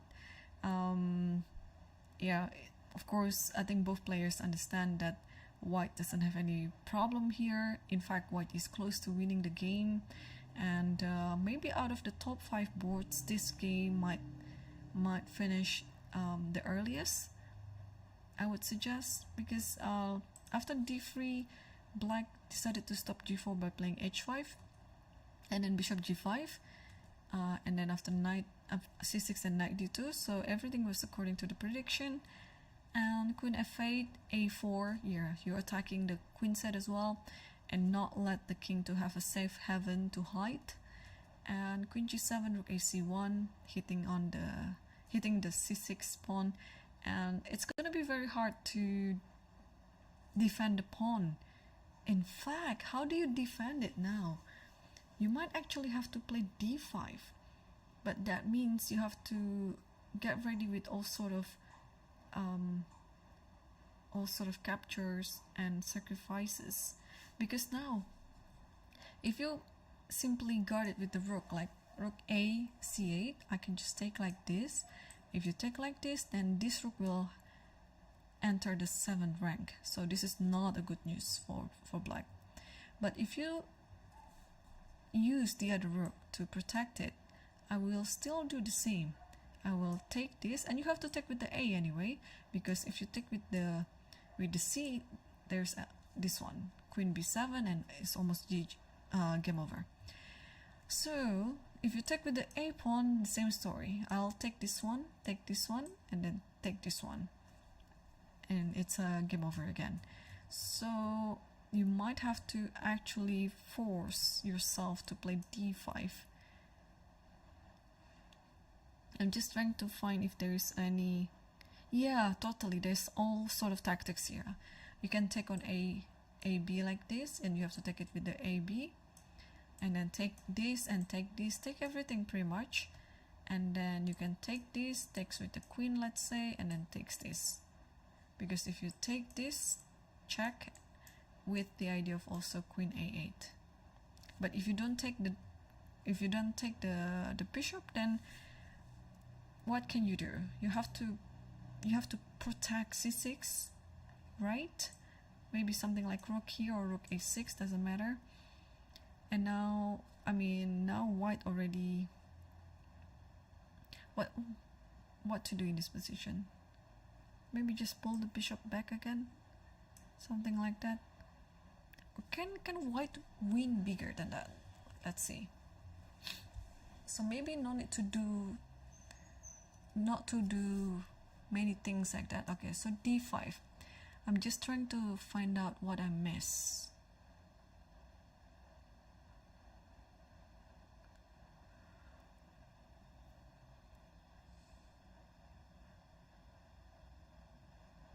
Is this possible? I believe it's always something to do with this and this. And I want to play rook c6, but there's rook a1 check. Look how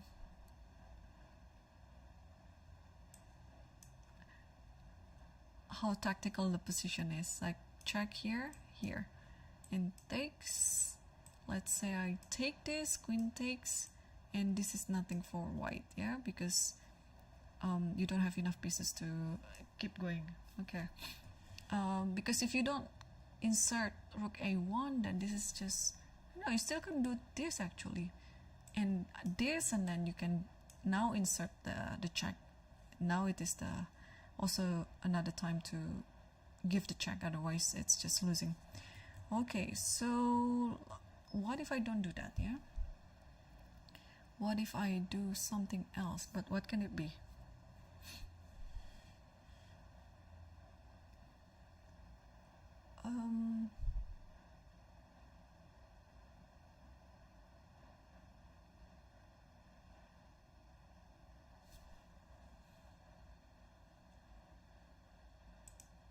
Queen f4. Actually, this happened already. d5, and Hans chose to play queen f4. Okay.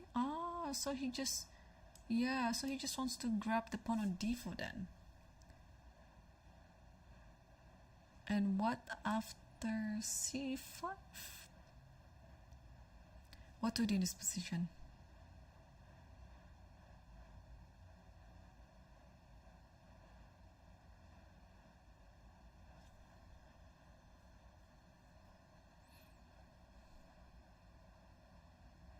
I mean, I can take and then take these, but this is just a pawn. I want something that's bigger than a pawn. So queen f4. Let's say that c5 is the move. Then what's next? Yeah. Oh, this queen f4 is not only attacking this, but it's also giving a space for the knight to play. Interesting, right? So whenever there's bishop d6, this queen will move back to here and attacking this one. So, and then now this one is going to be hanging. So in every move, white is simply just attack something, like attack the pawn, attack the square, and then attack another piece like this. So, whoa, black is totally in trouble right now. This might be like almost to the end of the game. I mean, alternatively, you can actually give up the pawn on d4, but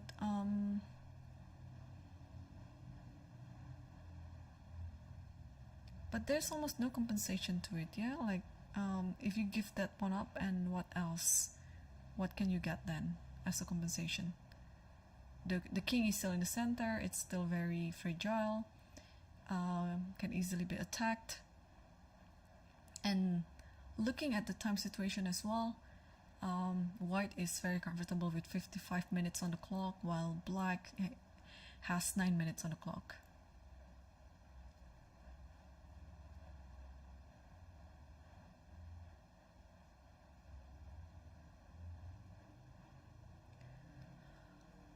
Okay, we'll keep an eye on this one, and let's also take a look at the other game. Board 5, Muradli versus Aravin. This looks like they're still a very quiet game, very strategical. Did they just play 14 moves for like 2 hours and 20 minutes already?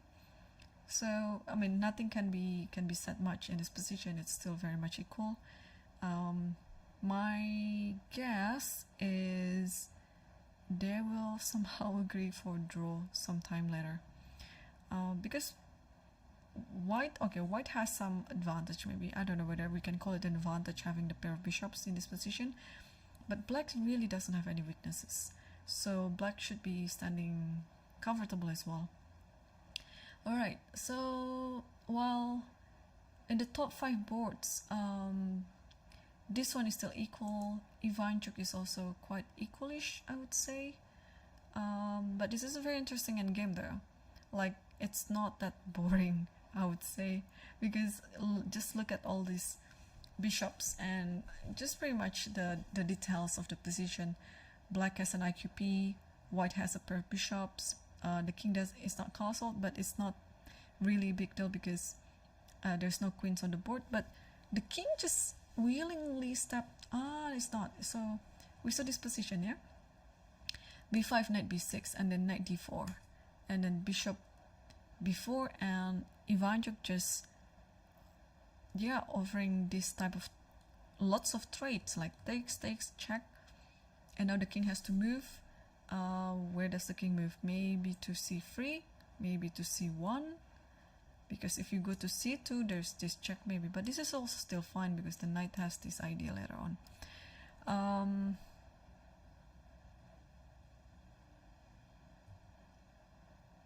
Yeah, but where does the knight go? Maybe king, where does the king go? Maybe king c1 followed by knight takes like this. Yeah, this might be doable. And now maybe bishop b7, something like this. Yeah. My guess is also this game will also end up with another draw. Okay, and let's also see what Arjun is doing in this position. So after rook d7, Nico decided to play queen g4, possibly just, you just want to grab the pawn on h6 maybe. And now rook f8, and now Theodore is still thinking what to do. You can grab the pawn on h6. I don't see why not.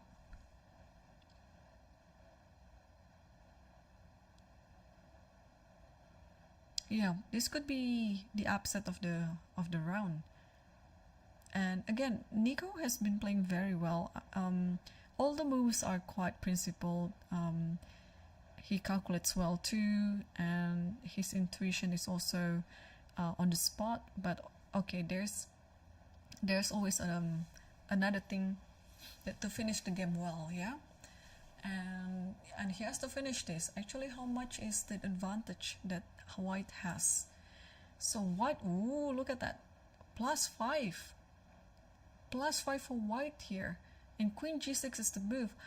Now I understand. Queen g6, just take a look. The idea is to again put the bishop on this diagonal, because I always know that this bishop belongs to this diagonal, and this is actually the best way to maneuver it, is sort of what I suggested before, because I thought in this position I can just play bishop d1. It's going to be taking a long route, like here, and it's not even guaranteed that if you can play bishop f5 on the next move or not. But what Theodore played in the game right after d7, queen g4 is brilliant. You have so many attacks and threats in this position. First of all, of course, that rook h6, even though after taking it, you just win a pawn. that might be actually a very important pawn, but I think after this, of course, queen g6 is a very powerful move. I think you don't really have to be afraid of something like this too, like attacking this. I think you can just forget about this pawn and then simply just play this, because after check I can just move like this, and then you cannot really stop check this one and then check this one and checkmate. Wow. And he played it. He played it. Wow. Guys, so we have two interesting games that might finish at any point now, because queen g6, bishop c2, and how do you stop it even? Again, if you want to stop this one by playing rook here, it is going to be checkmate in the back rank like this. Take and checkmate, yeah? So the rook is tight on f8. And now, just a simple question, how do you stop this bishop c2? Nowhere can be found. You cannot play rook f6, you cannot play this rook. Every single piece is tied down. It is a resignable position. It is a resignable position. Wow, I just feel it for Arjun for losing in such a way. I mean, it is really unlike him. It's almost like, no, I mean, Theodore is a very strong player, but he makes this game looks as if it's just, you know, easy to play for him, because all the moves that he made, we can easily understand. Like out of the openings, this is the setup that we know in this Tarash, and then you put the queen on f4, we know that too, and after that bishop b3, yes. So everything is, and okay, you're attacking, you shouldn't trade the queen, and after this you're solving the backrank problem with h3, and after this rook lift, this is also a very common theme in this Tarash position. And after b5, now is the time to calculate. So not only recalling the patterns, the typical ideas that you know in this type of position. Of course, d5 is the typical idea, but you just have to calculate when is it the right time to play d5, and he played it in this position. And after takes, push e5, and after knight e4, another pawn sacrifice, and knight d4. So after all the sacrifices, the compensation that he will get is not instant. He was very patient in nursing all these initiatives. He realized that he has sacrificed 2 pawns, but I think okay, let's move back a few more moves. He thought for quite some time before d5, because all of this sequence has to be quite concrete, right? Everything has to be calculated. So before this position he had 1 hour and 17 minutes, and after this position, okay, so he just simply spent like 9 minutes. But I think this position is quite easy to calculate as well. Takes here, and then you have so many threats here with the knight over here, and also the initiatives and the idea of some pin like that with the rook takes e4. Yeah, there's almost nothing to stop it. So here white is already standing better, and Arjun playing knight c5. Now he's not in hurry to take on e6 pawn, but instead he sees that the rook on d1 is not doing anything. So let's put the rook into a job by playing rook e1. And now after a5, because there's nothing really you can do to save the pawn on e6 anyway, so Erigaisi decided to just trying to make some counterplay on the other side of the board. But this has proven to be quite a slow response, because then after takes, rook e7 is the idea, you have to stop it, and then Arjun tried to stop it by playing rook d7. But in this position, queen g4, such a nice idea again, a very multifunctional move. You want to take on h6, but after rook f8 there's a better plane which Theodore also found. Queen g6 with the idea of bishop c2, and this is gonna be GG. So I just feel it for Arjun. I mean, he's such a strong, very strong player, but Teodoro makes it look like it's an easy game for him, and I just couldn't understand where did Arjun do wrong. You know, maybe it's b5 on move 19. Maybe it's a bit too slow. Maybe he has to be aware of the king side, because he's put all of his pieces on the queen side, and then when his king side was being attacked, he doesn't have any piece to defend the king. So there might be some strategical error there.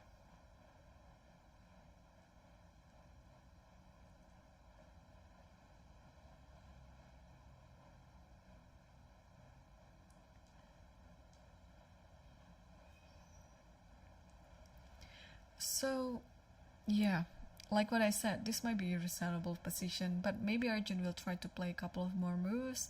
I would guess it might be queen c5 hitting on f2, but you will realize soon that even after queen takes f2, there's nothing else for black in this position.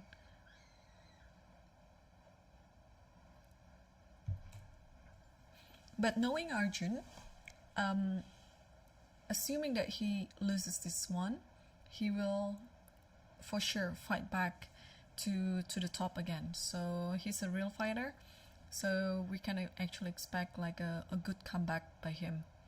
I might actually call it a bit too soon, but I'm just stating the fact that in this position, white is just way better and close to winning the game.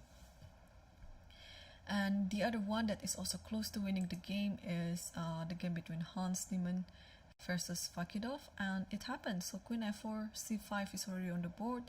Now I'm expecting us to see the move knight f3. Just thinking if there is a better move than knight f3. Also, there's queen e5. So either those two moves, knight f3 or queen e5. Because you cannot move your bishop here, I'll take the knight, and also in this position I just want to take the pawn, and you cannot take it with the knight because the queen is hanging on g7. So, or maybe queen e5 is a better move than knight f3.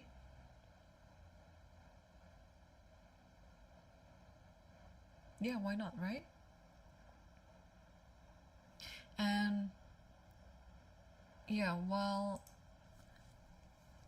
Hans still has like 48 minutes on the clock, Fakidov is suffering also in his time situation. He only has 4 minutes. This position looks completely lost.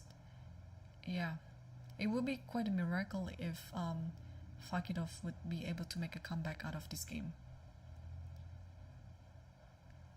Alright, so let's leave it for a bit and let's see also board 3, because Fedosiev was looking like he's having a better position and also a better time situation as well.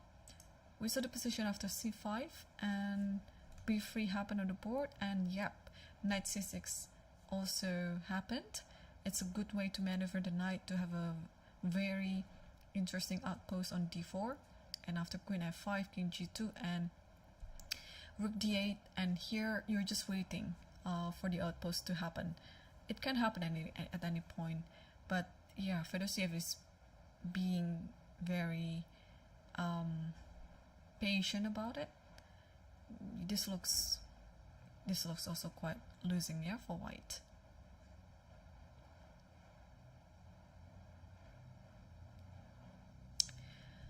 Okay, and the two other games in the open section, they look equal.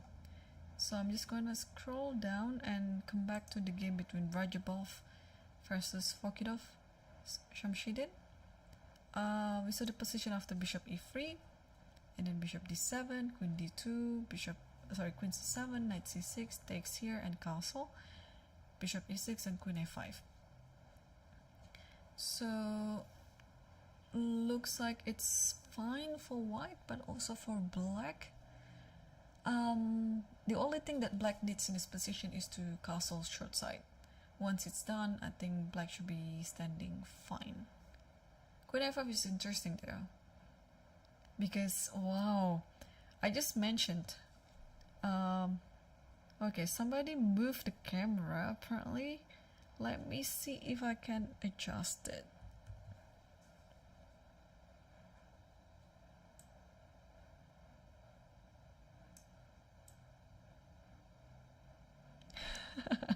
Yeah, somebody totally moved the camera and I don't know where I'm looking at. Alright, let me try to find where are the games. It looks like it looks like we are lost. And okay, I think it's better to create this one, the other one. Alright, so as we speak, there is a yeah, so in board 1, Arjun resigned then. So he didn't even play another move. Oh, I feel bad because I told him that, not that I told him, I mentioned before that after Queen G6, this is a resignable position, and he did resign. Because yes, you cannot really stop Bishop C2, and then mate is coming soon. So we have the first result in the top 5 boards. Arjun lost to Theodore, and yeah, and Theodore, I think it could be the biggest upset that Theodore has pulled, because Arjun is I think his rating is close to, what is his rating now, 2750 or something, like he's India #1, so his rating should be around that. Right, so well done for Theodore, and let's move back to the game between Hans versus Fakidov. And what happened was, after Queen F4 C5, he chose the other one, Knight F3. So I had 2 candidate moves in this position, Queen E5 or Knight F3. And Knight F3 was chosen, and after Bishop D6, Knight E5, King C7, and this is the current situation. In hindsight, you can, ooh, I was about to say Queen takes D4 because it looks like it's a free pawn anyway. But I completely missed that there is Rook takes C5. So let's figure this out. What's going to happen if Bishop takes C5?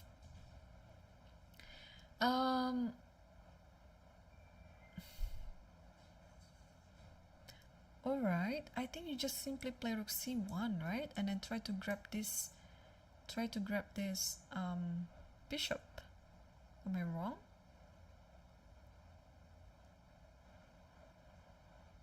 It looks a bit fancy, but is this the best move? It could be the best move. It looks like it. And this is the type of move that you should have in mind whenever your opponent also has only a few minutes in the clock, because he couldn't figure things out that quickly, right? And then you have all the time in the world to think over. And I see Fakidov just move something, and then what did he do? I think it's takes, and Rook C1, like I predicted before. We'll have the move soon on the board. And yes, Bishop C5 and Rook C1. So this is, I mean, how do you defend this bishop? For example, if you play King B6, I can have this pawn move to A6, oh sorry, A5. And I'll take this bishop, and soon maybe you'll get mated. And if you pull your king to the other side, oh, this discovery is just waiting to be played. Where is the best one? I mean, I don't know. It looks like it's just lost. Like Knight G4 is there, you take on F6, should be fine. I mean, it's enough for a win, but maybe there's a better discovery anyway. And then if you just step away from the check, let's say you're doing like this, okay, you can take this and then check and then take this, or take this one first is also great. And then this one is also going to be the next idea as well. I'm not saying that this is a resignable position now, because I don't think Fakidov will resign. I think he will play a few more moves until it looks really completely lost.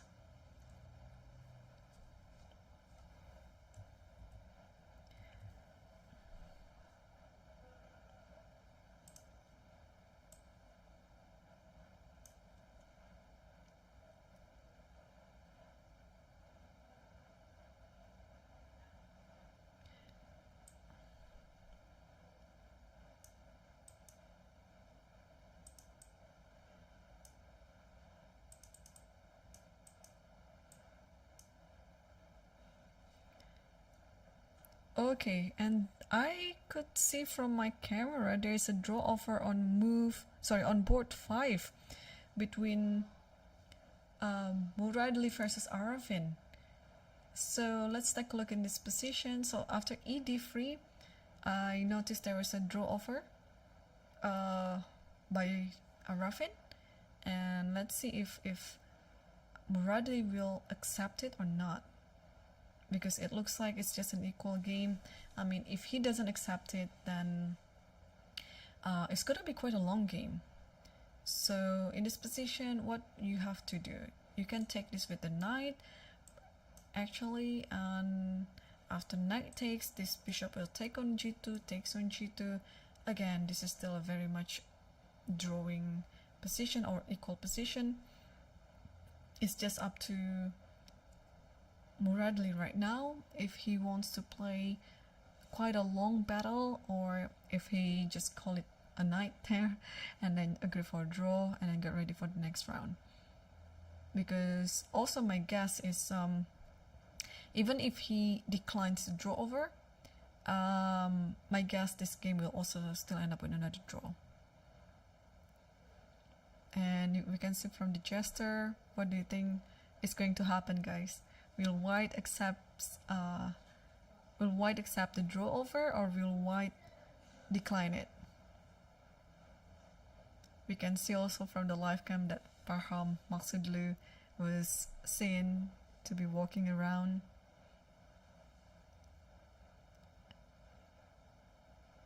Yeah, it's interesting actually. Looking at the gesture of the players, because sometimes we can also try to understand what they are thinking by their gesture.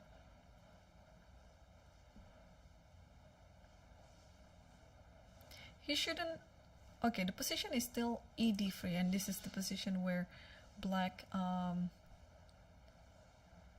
is offering a draw.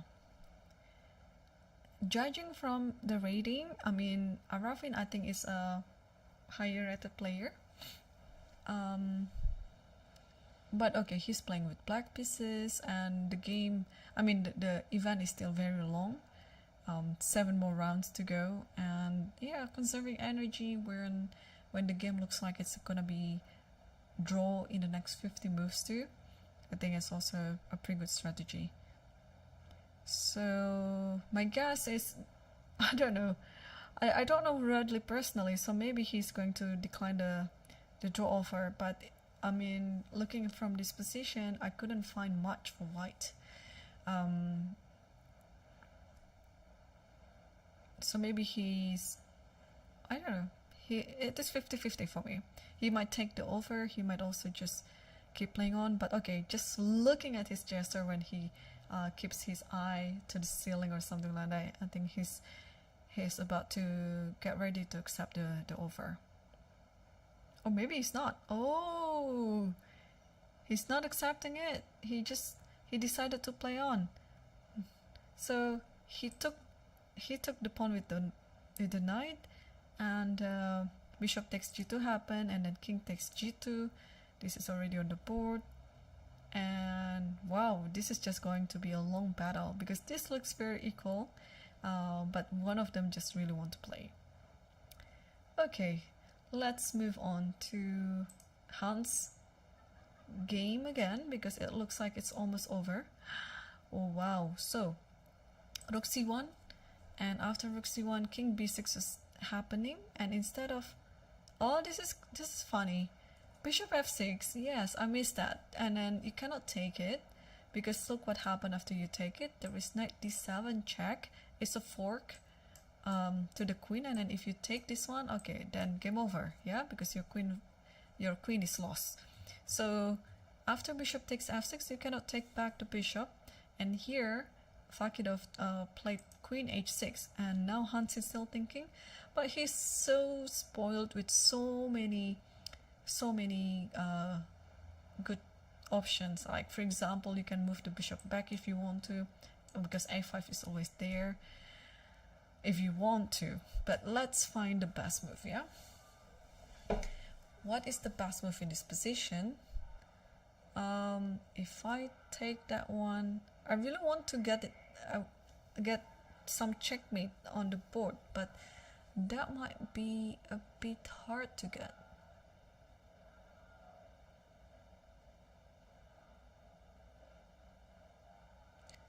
So what do I do here?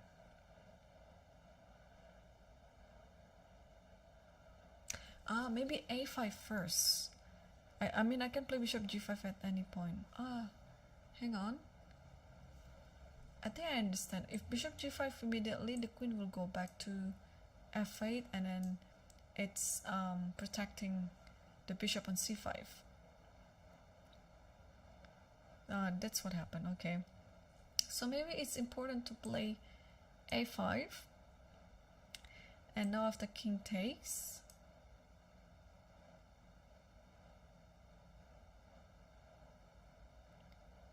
and now after king takes, what to do here?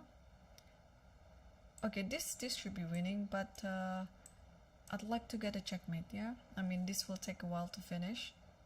Maybe not. I mean, it should be just winning. But what is the best reaction for white in this position?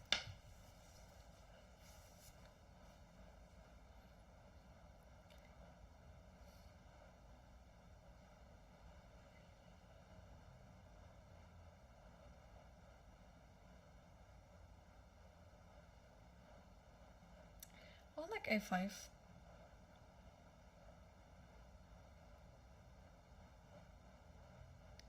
a5, and then just see where the king goes, and yeah, grab something on the way.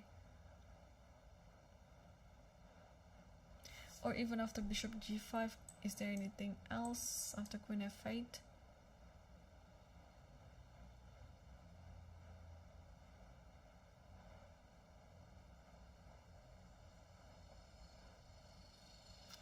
Ooh, there's some funny line here. a5, if you take, and then I'll go here, attacking both the queen and the bishop, and then if you take, I'll give a check. Let's say you go here, check here, and then after this, checkmate. Well, literally not checkmate like here, but okay. Oh, hang on. This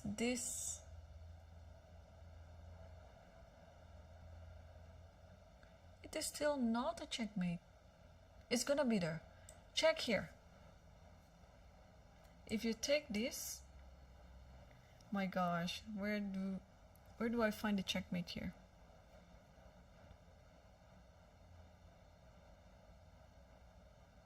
I might be playing it too fast, but I'm sure it is fine. Oh, what if I do this? Check here, here, and then here. I want to give a checkmate here.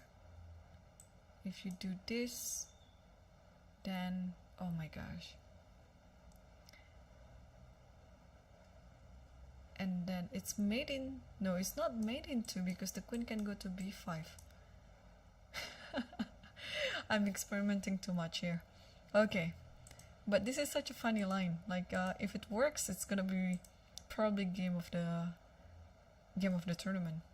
So let's take a look again. Like, takes here, and then check, and then takes, and then check, and then here.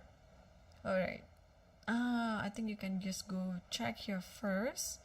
Okay, because then there is no b4 pawn, and after check here, you have to take. But even then, it is not really a mate, and be careful not to give a check like this, because then queen takes and this queen is hanging. So maybe in this position I have to come back here, and with the idea of the checkmate over here, and then check again like this. Maybe this works.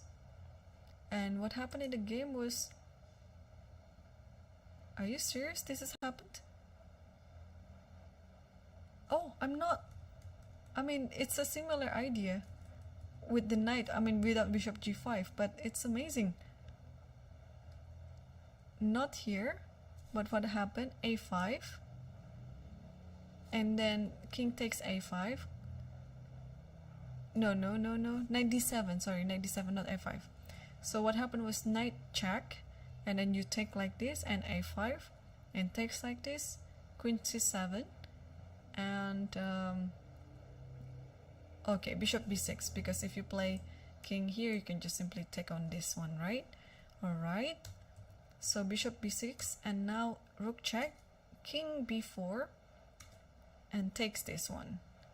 I was just wondering, I think it should be a mate after bishop B7, maybe not. So this one, it should be fine. I mean, it's threatening a mate in a few moves. King takes.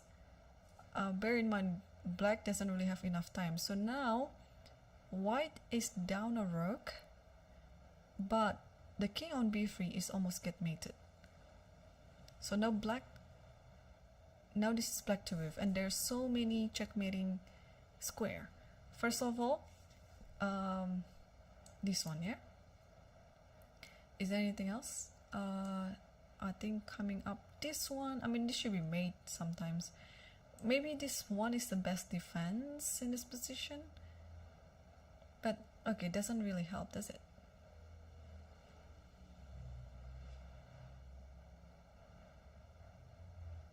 Like if this and this, let's say check here, and maybe king is okay,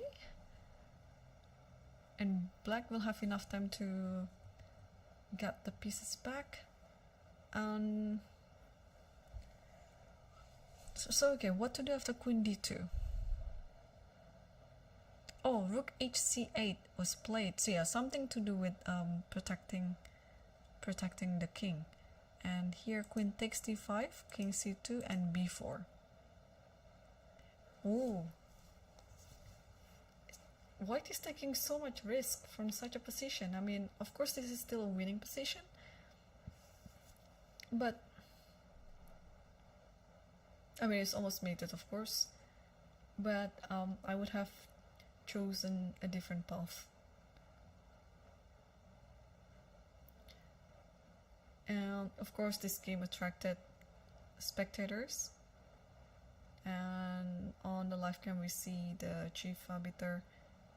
I think he's one of the arbiters, I don't know whether he's the chief arbiter, Husan Turdalia from Uzbekistan.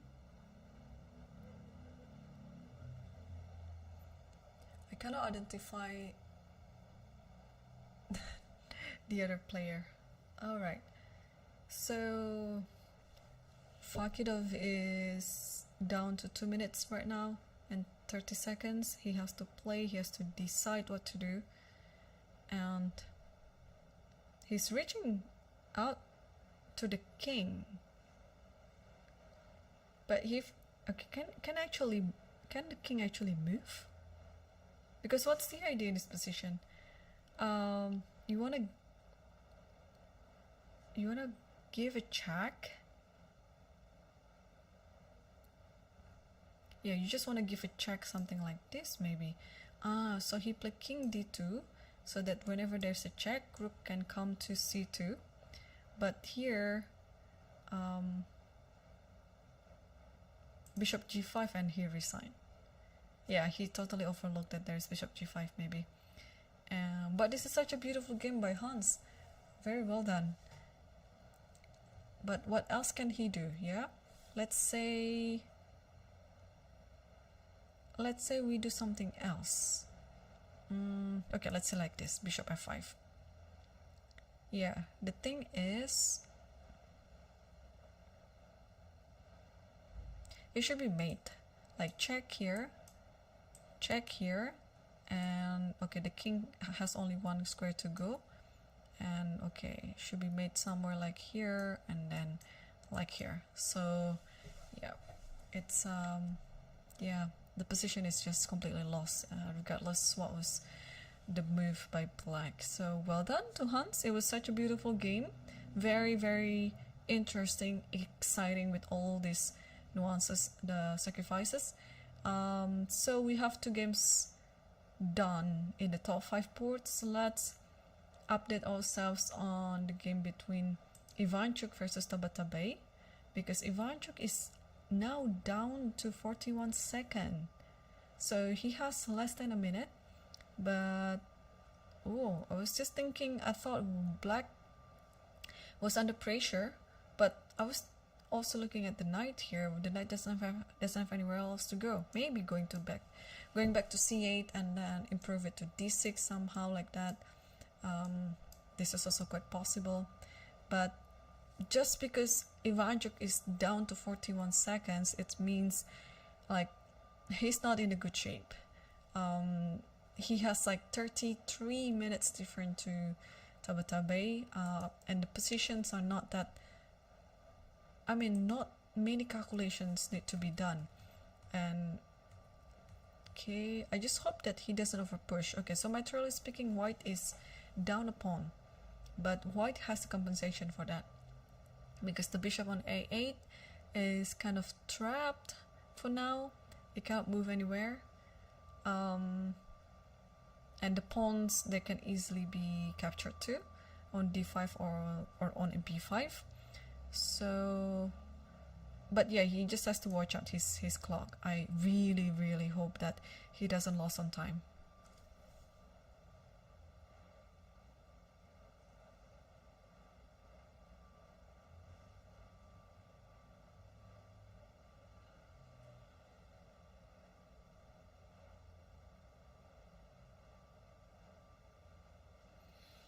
Okay, so now Tabatabai is still thinking, what could be the move in this position?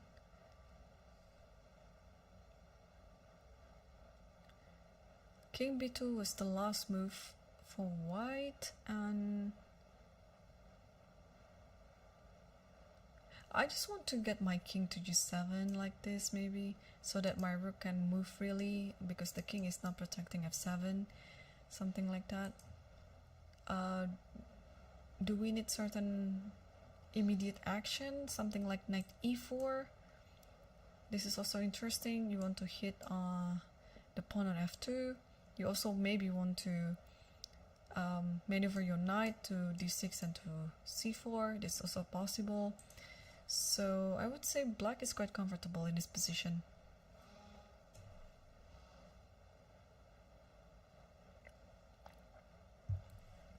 And what just happened? Oh, king g7 was played by Tabatabai. And it looks like Ivanchuk just played his move and f3. So now they're trying to play and play with and against my ideas. So now no more knight e4, because that is, I think, is such a good idea to put the knight on e4 and then trying to get the pawn, or else you can also maneuver the knight to a better square, because the pawn on d5 is protected, so you don't really need overprotection with the knight as well. f3 is already there. Yeah, so Tabatabai is quite patient. He's not playing instantly, even though he knows that his opponent's clock is under a minute.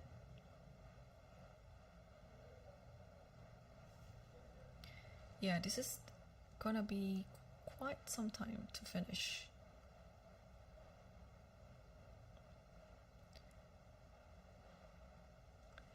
I'm just trying to check other games if we have like critical position.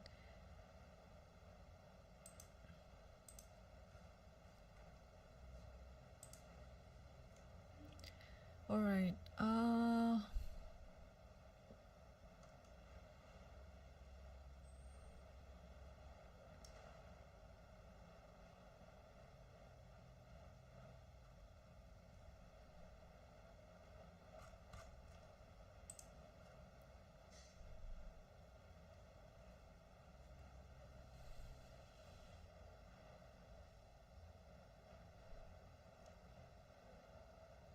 Yeah, most of the games they're entering the endgame phase.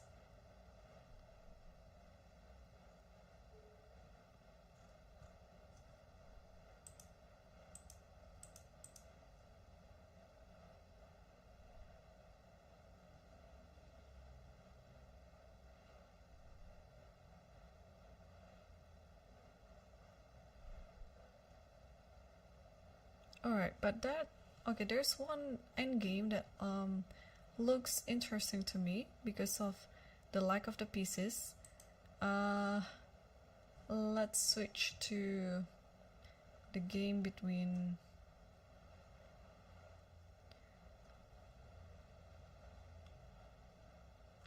what board is it? Oh, it's after Mishwar.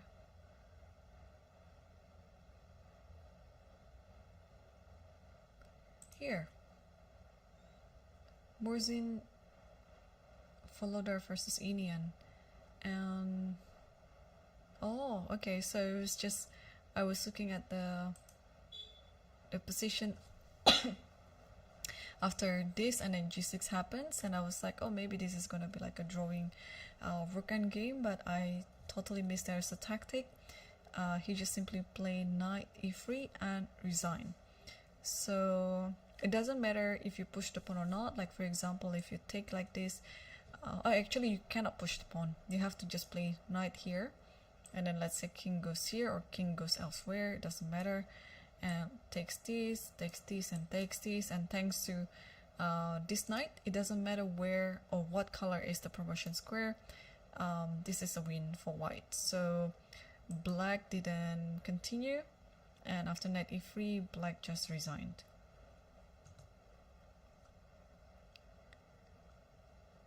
And there should be some moves after, okay, no, after f3, black is still thinking. And what about board 3? Looks like, yeah, black maintains the advantage, and also the time difference.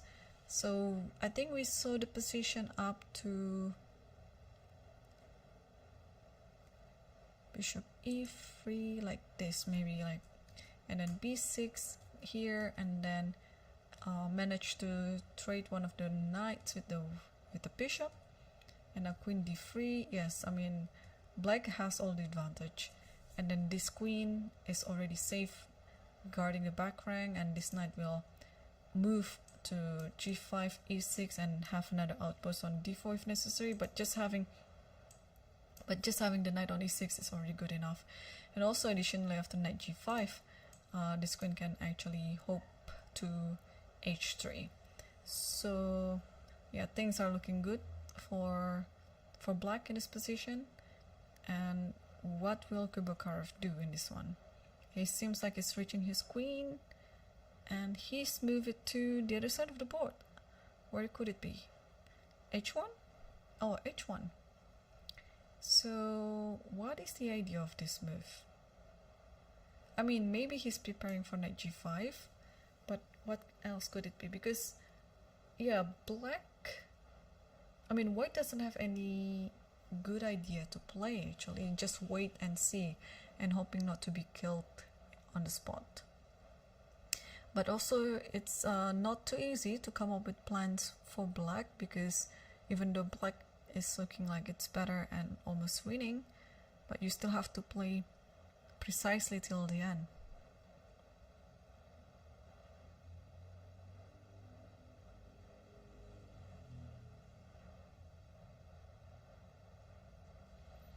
And the board number 5 between Muradli versus Arafin has changed its nature a little bit. We saw the position after king takes g2, and here black played queen c7, rook e1, rook c8. Looks all good. After he looks a bit committal though, because now the second rank of the king is quite weak. If black would be able to exploit it, then it's going to be very dangerous. So c4 takes, and knight f4, knight e5. Yeah, what to do in this position? Looks like black is pushing for a win now, and also black has a better time situation as well.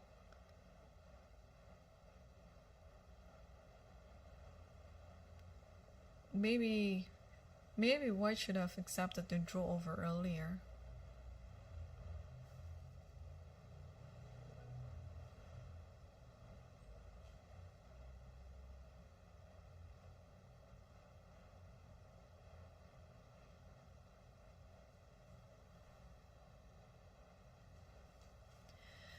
Okay. Yeah, this one. Yeah, we can see from the live cam. Oh, maybe White's starting to regret his decision before. Because after knight e5, if you take the knight, again, the second rank, really, the second rank of White, it's gonna be a big problem here. And the pawn, this pass pawn on c4, it's also somewhat a nice pawn. So what you can do is, let's say you stop this pawn from moving. I mean, what is the threat in this position, right?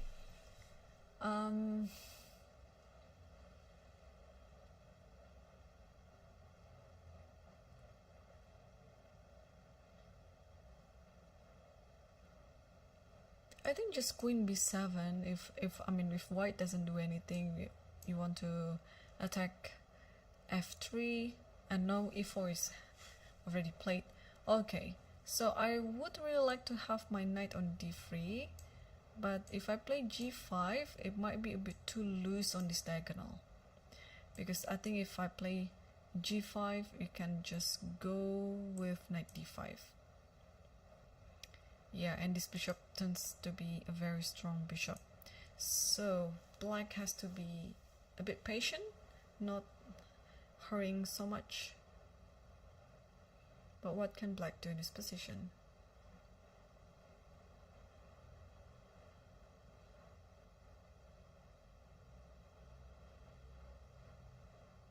Maybe rook e d8, something like this,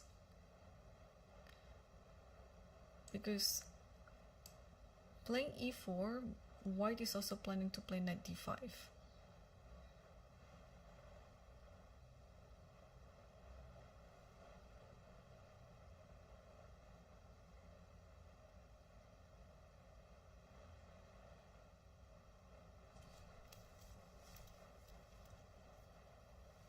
So yeah, e4 is still on the board, and we'll leave this position for now, and let's go back to Ivanchuk's game. And they have traded the rooks, and after f3, rook d8, king c1. But then aren't things getting a bit dangerous, or it is just okay? Because the pawn on b4 will be lost anyway. Okay, this should be still drawn, yeah? But really, White has to be careful not to lose this. Because I was also thinking there might be some push with d4, getting this pawn, but I think after d4 is just e4, should be fine. And the knight on a7 is gonna go to b5 and control everything in the center as well. So I think I can safely say that this game is gonna end with a draw.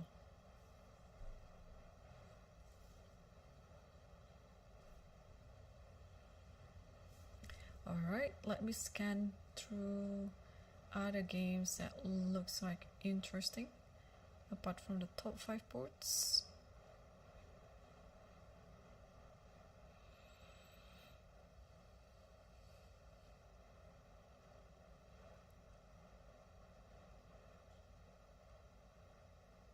Oh, the game of Rajabov has turned also quite somewhat interesting.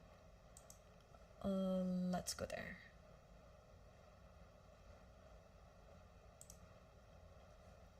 Okay, so we saw the position where bishop somewhere like this, yeah? And then here takes, castle here, and queen a5, yeah, we saw this position. Oh, and I forgot to mention that black wants to castle, but if black just plays some normal move like this, I think it should be fine. Or can it be punished?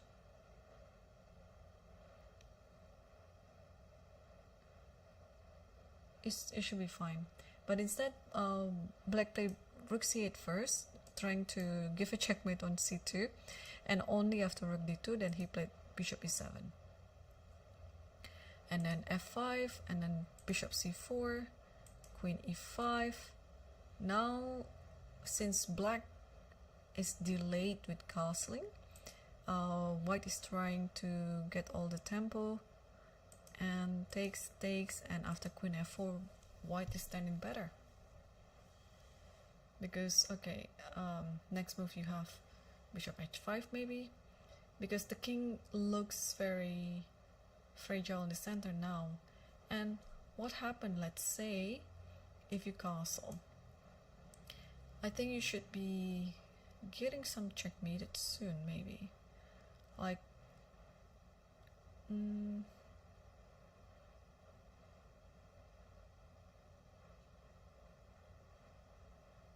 queen h6 first. Maybe like this. And after king here.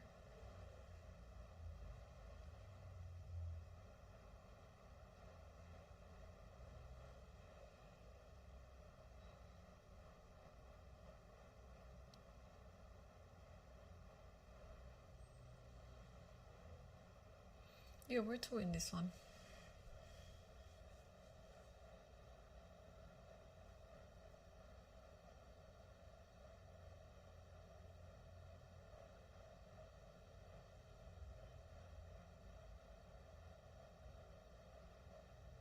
Looks like it's almost winning, right? Alright. Queen f4 castle. What to do in this position?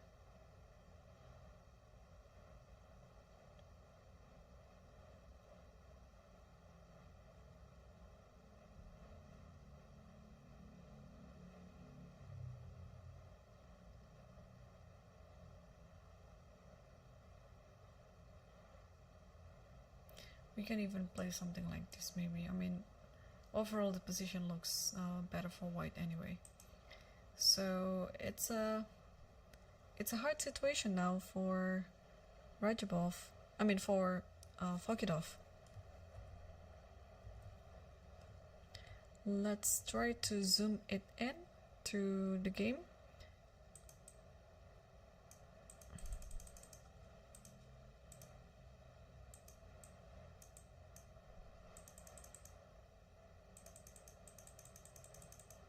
Yeah, unfortunately this is the max that I can get. He's here. And this is the game. Rajabov versus Fokidov.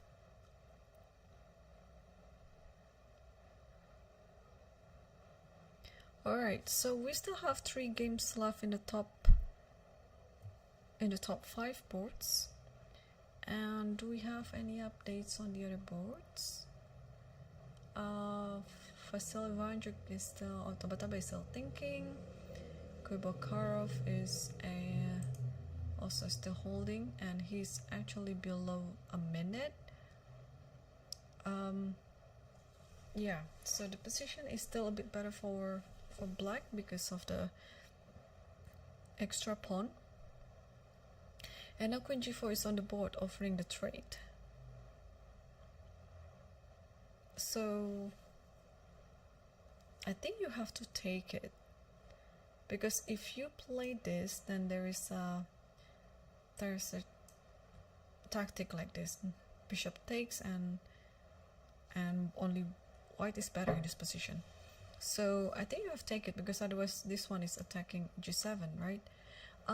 Or you can play f5. This is another alternative, to play f5, but it looks a bit loose, like giving the bishop the center of everything. So in the game he took it. Queen takes and f takes, and now I think you have to take the file. Or maybe knight d7 was played, forcing another trade. So what will happen after bishop goes like this, let's say? I mean, you are up a pawn. I think you can also do simplification like this. Maybe you can just simply take, and now it's time. No, you're going after this pawn, of course. This one. Yeah, and then win another one, and this one as well. So you cannot take with the bishop, but if you take it with the pawn, I mean, just take a look at the pawn structure. It's so busted. And now maybe just the king moves slowly, you know, not to fall into like bishop b8 and then bishop c7 something, getting the root of the pawn chain. So what happened was, after knight d7, white played f4, black took on e5, but now it has to be like the rook endgame. If it's the pawn endgame, it's just totally lost. So you have to take it with the pawn anyway, like this, and trying to hope if it's still okay. But now rook d8, you're just taking another file. Actually, there are plenty of stuff here. You can even play f6 if you want to, and then trying to get another pawn apart from rook d8. Of course, I think rook d8 is a good move as well. And now after this, you can just play king here, and then king here, and then grab this pawn like that maybe. First of all, you already up a pawn, so yeah, this is just a matter of time until white resigns. So this is still the current position, and Fedosiev is still thinking on how to proceed this one, and he has many comfortable options. I like rook d8 because you just want to get a free file for your rook and also potentially go to the second rank or any rank like third rank. But I also like f6. It's more direct, it's more straightforward, and it is guaranteed that the pawn on e5 will be lost anyway. And looks like black is reaching out to play a move. He's a bit hesitant, but okay, Fedosiev has lots of time on the clock, so he's totally doing fine.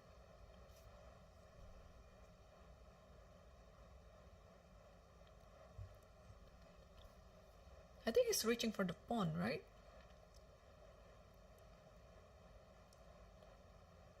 No, he's still thinking, he's double checking everything.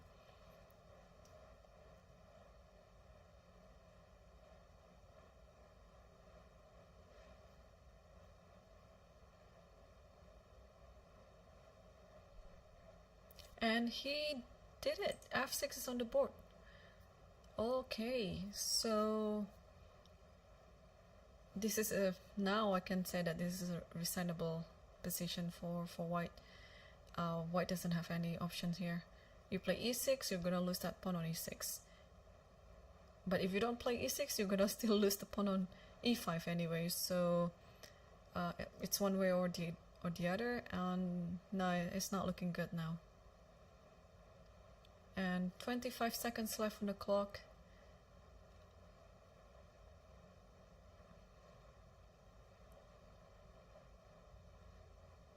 Yeah, I think f6 is the move to seal the deal. I don't think Kubakarov would continue. Oh, he's continuing by playing king f3. So that if you take on e5, then depends on how you take it. Yeah, if you take it with the rook, you're still winning in the pawn endgame, right? No, just take it with the rook, it's fine. Takes like this, and then if you do this even like this, takes, and then you're winning the pawn endgame. If you don't want to take any risk, because or if you want to take it with the pawn, it's also fine, because you're not gonna be able to regain the pawn. Then probably just take with the pawn, and then you are 2 pawns up in this position. And after king here maybe, then you can just put the rook elsewhere. Yeah, both players are already feeling it, that regardless how the pawn on e5 will be captured, it's fine for black.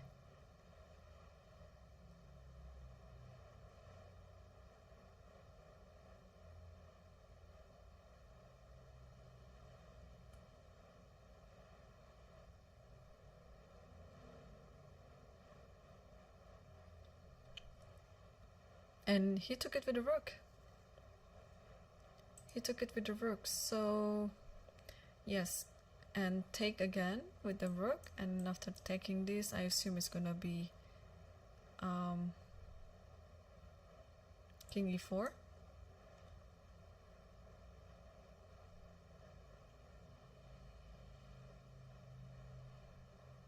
King f7 was played, So it's all according to our prediction.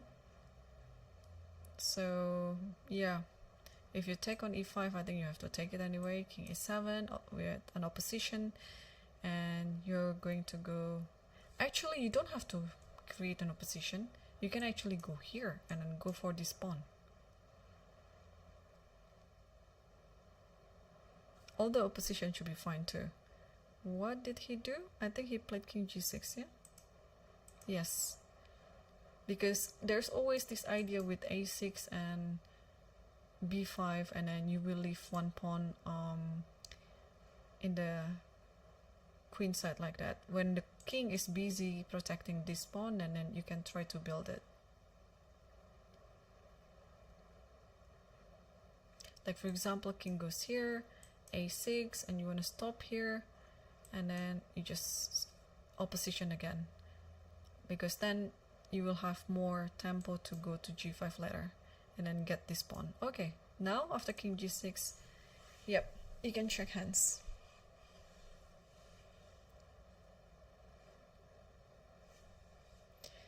And Kubakarov has 40 seconds left on the clock, and yeah, if he still wants to keep playing, then he has to move fast.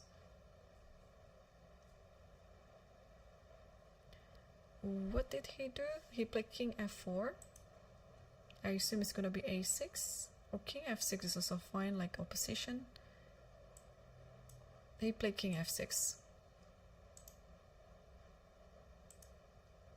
Yeah, just opposition, and then you don't really have enough tempo, because wherever you go, let's say you go here, here, here, black can just waste the tempo by playing, I don't know, a6 maybe, and then g6, and then this pawn will be lost.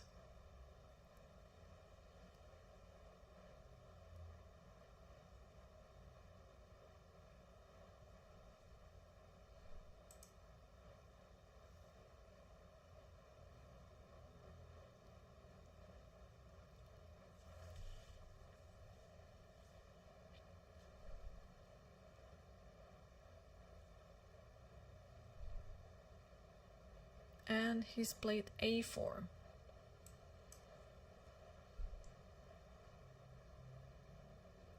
Yeah, I think with a4 you can play a6, you can also play g6, but a6 looks just more thematic. And then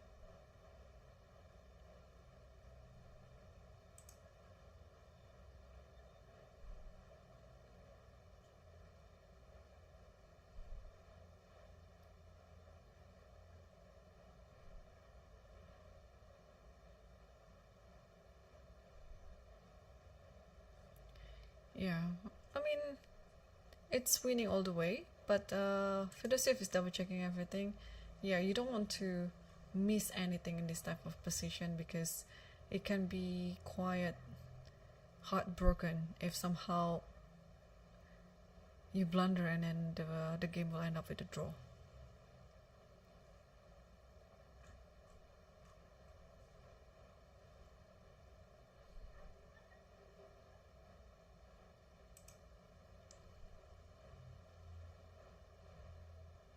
And his move g6.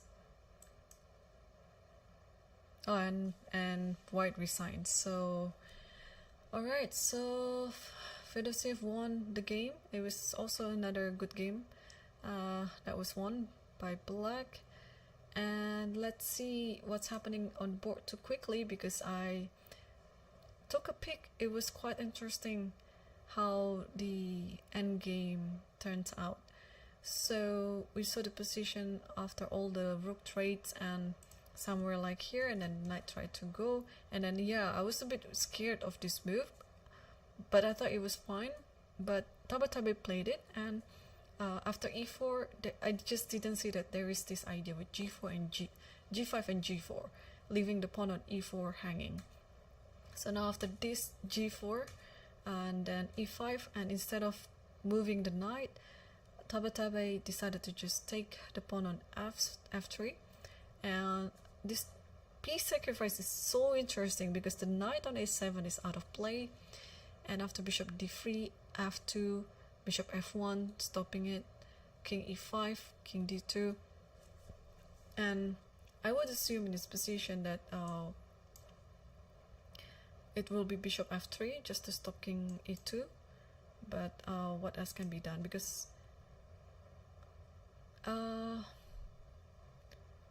I don't think, can you play king e4?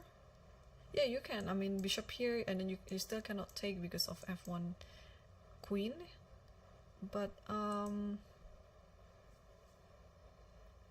what else? Yeah, also it's interesting to play d3 because you cannot take on d3 with the king. Yeah, if you want to take it, of course, you can also not to take it because there is this one, and then this endgame should be better or almost winning for black. So if you don't take on d3, then you can play here. Yeah.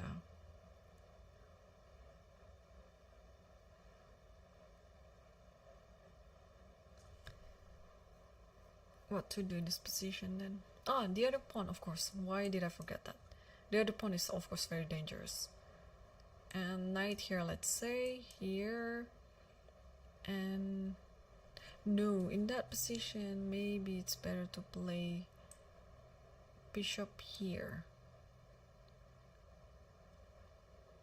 Because if you move the knight back like this, then it's fine actually. Oh, this is a complicated position.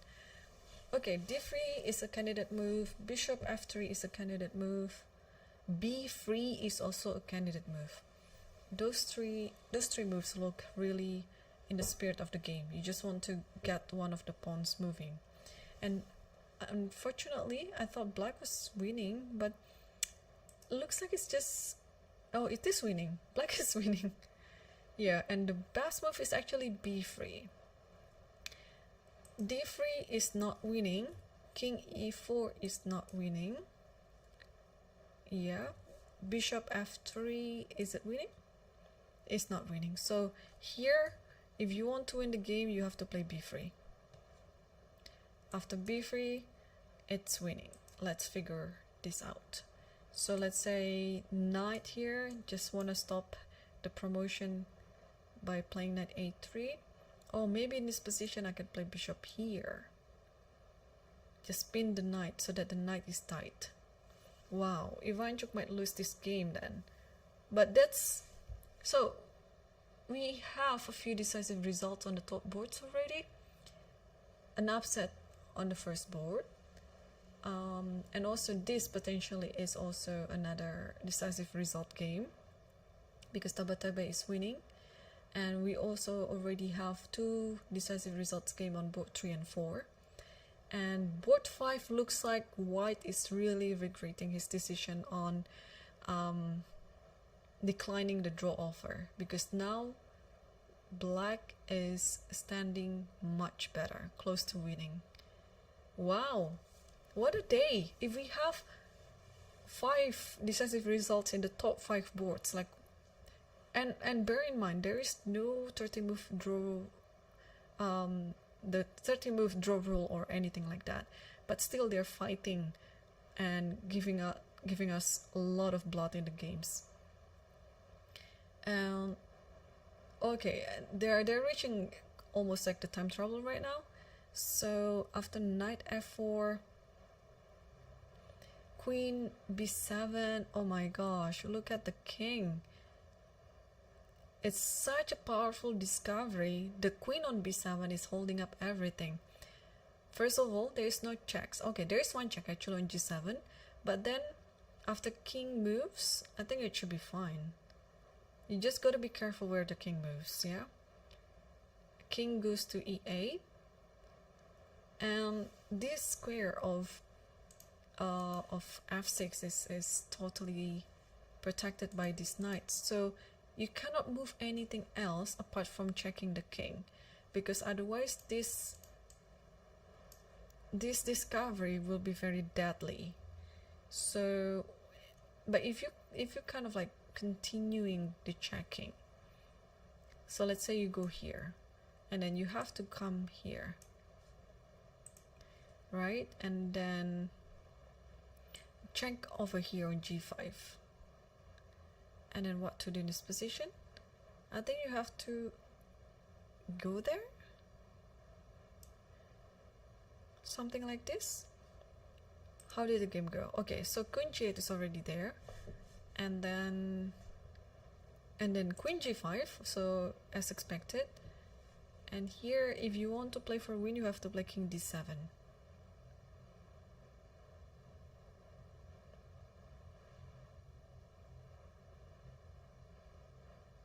Or actually, what's wrong with king d6?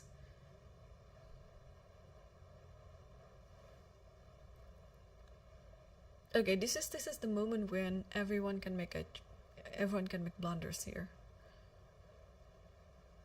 because it's very important to move the king to the safest square. And I think he moved king d6. Yeah, king d6. So the only check that you can get from this position is via rook d1, but after rook d1 there's rook d4, blocking the check and giving the check at the same time. Also, you can have what else? That's it, yeah? There's no more check with the queen. This is the only check that you have, like the feasible check. Because the knight turns out to be very strong here, like guarding all single checking squares on f6 and h6.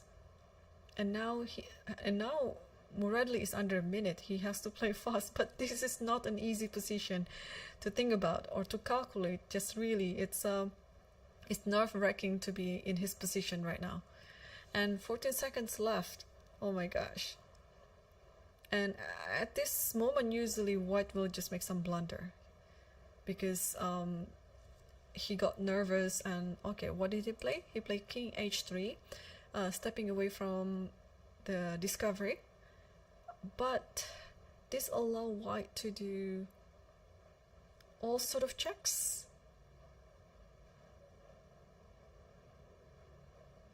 Like checking here, and king has to go up maybe. And then also not to mention that this is hanging. And that happens. Okay, knight f2, king h4, and then queen takes b2. So this has happened. So yeah, combining both ideas. Just give a check first, saving the knight, and now black is up a rook. And even though the king is in the center like that, the king is safe. And you cannot check here. You cannot check here.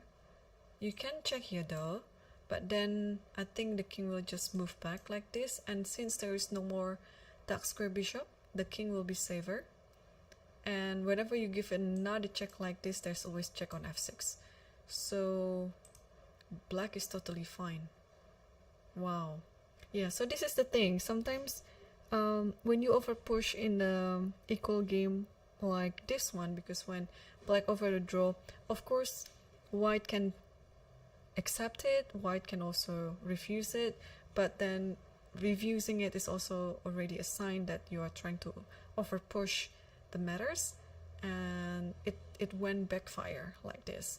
So what happened was, after queen takes b2, the game continued with rook f1, and he was 2 seconds left on the clock.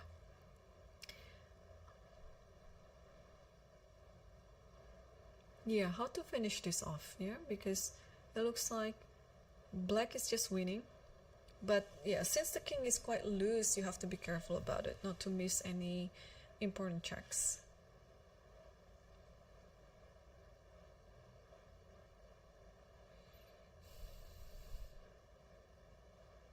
I like queen e5, to be honest. Like queen e5 here, you are just eliminating all sort of checks. There might be queen here though, but then I can just play something like this, and if you take the rook like this, then I can force this exchange, and after this I can just try to promote this pawn. I mean, this should be fine. And what happened was Rook f1. Oh, queen e5. Queen e5 happened. And after queen h6, queen e6. Ah, very clever. Yeah, queen e6. And you cannot take my queen with the knight, of course. Yes, instead of f6. Yeah, exactly. And also you have this idea with queen h3. Yeah, so after queen e6, yeah, white resigned. So let's move on to the only game that's still playing between Ivanchuk versus Tabatabai. And Ivanchuk is in the verge of losing this one. The game after king d2, Tabatabai found it. b3 is the only winning move, and he found it. After knight b5, yes, bishop a6. You have to pin the knight, and after bishop a6, bishop d3.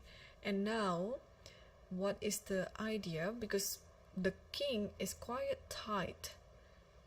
The king cannot really move, can it? Because if you play king e2, let's say, b2 is there, and you kind of like lose it. So maybe it's best to just play some moves like f6 or h5, you know, the moves on the other side of the board. You don't have to really do anything, because eventually white will not be able to waste any tempo and then had to commit with either bishop moves or king moves.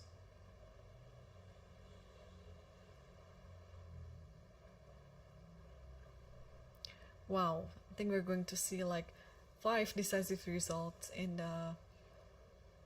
the top 5 boards. Amazing.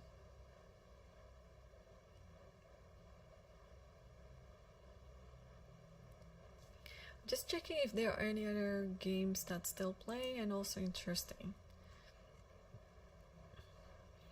So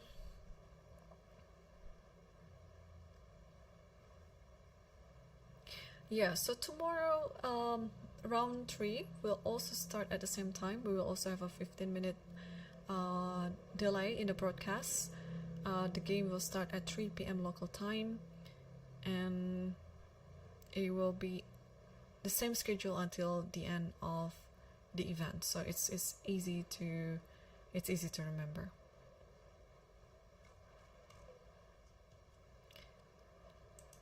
Okay.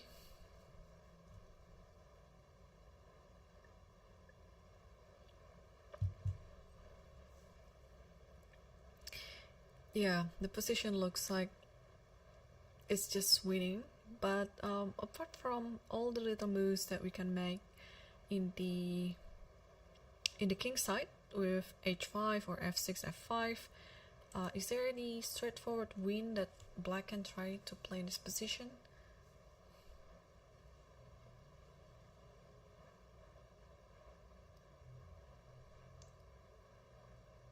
Because I just like the idea of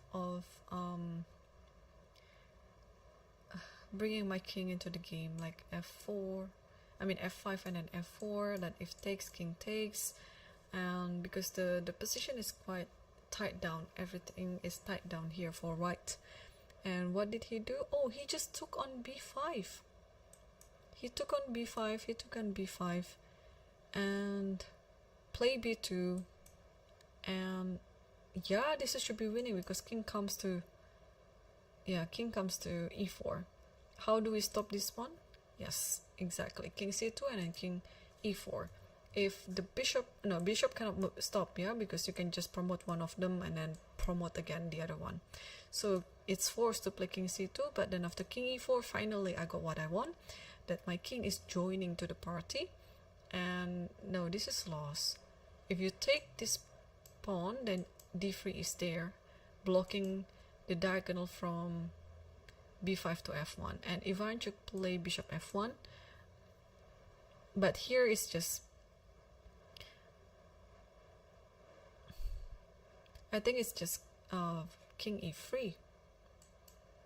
So let's say king e3 takes, and then king here.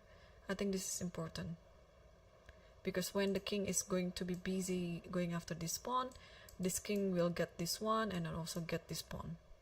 So yeah, Ivanchuk is the type of person who resigns early. he's not gonna play out the moves until the end, just to prove that whether your opponent can do it or not. So I'm not gonna be surprised that after king e3, he just called it a night.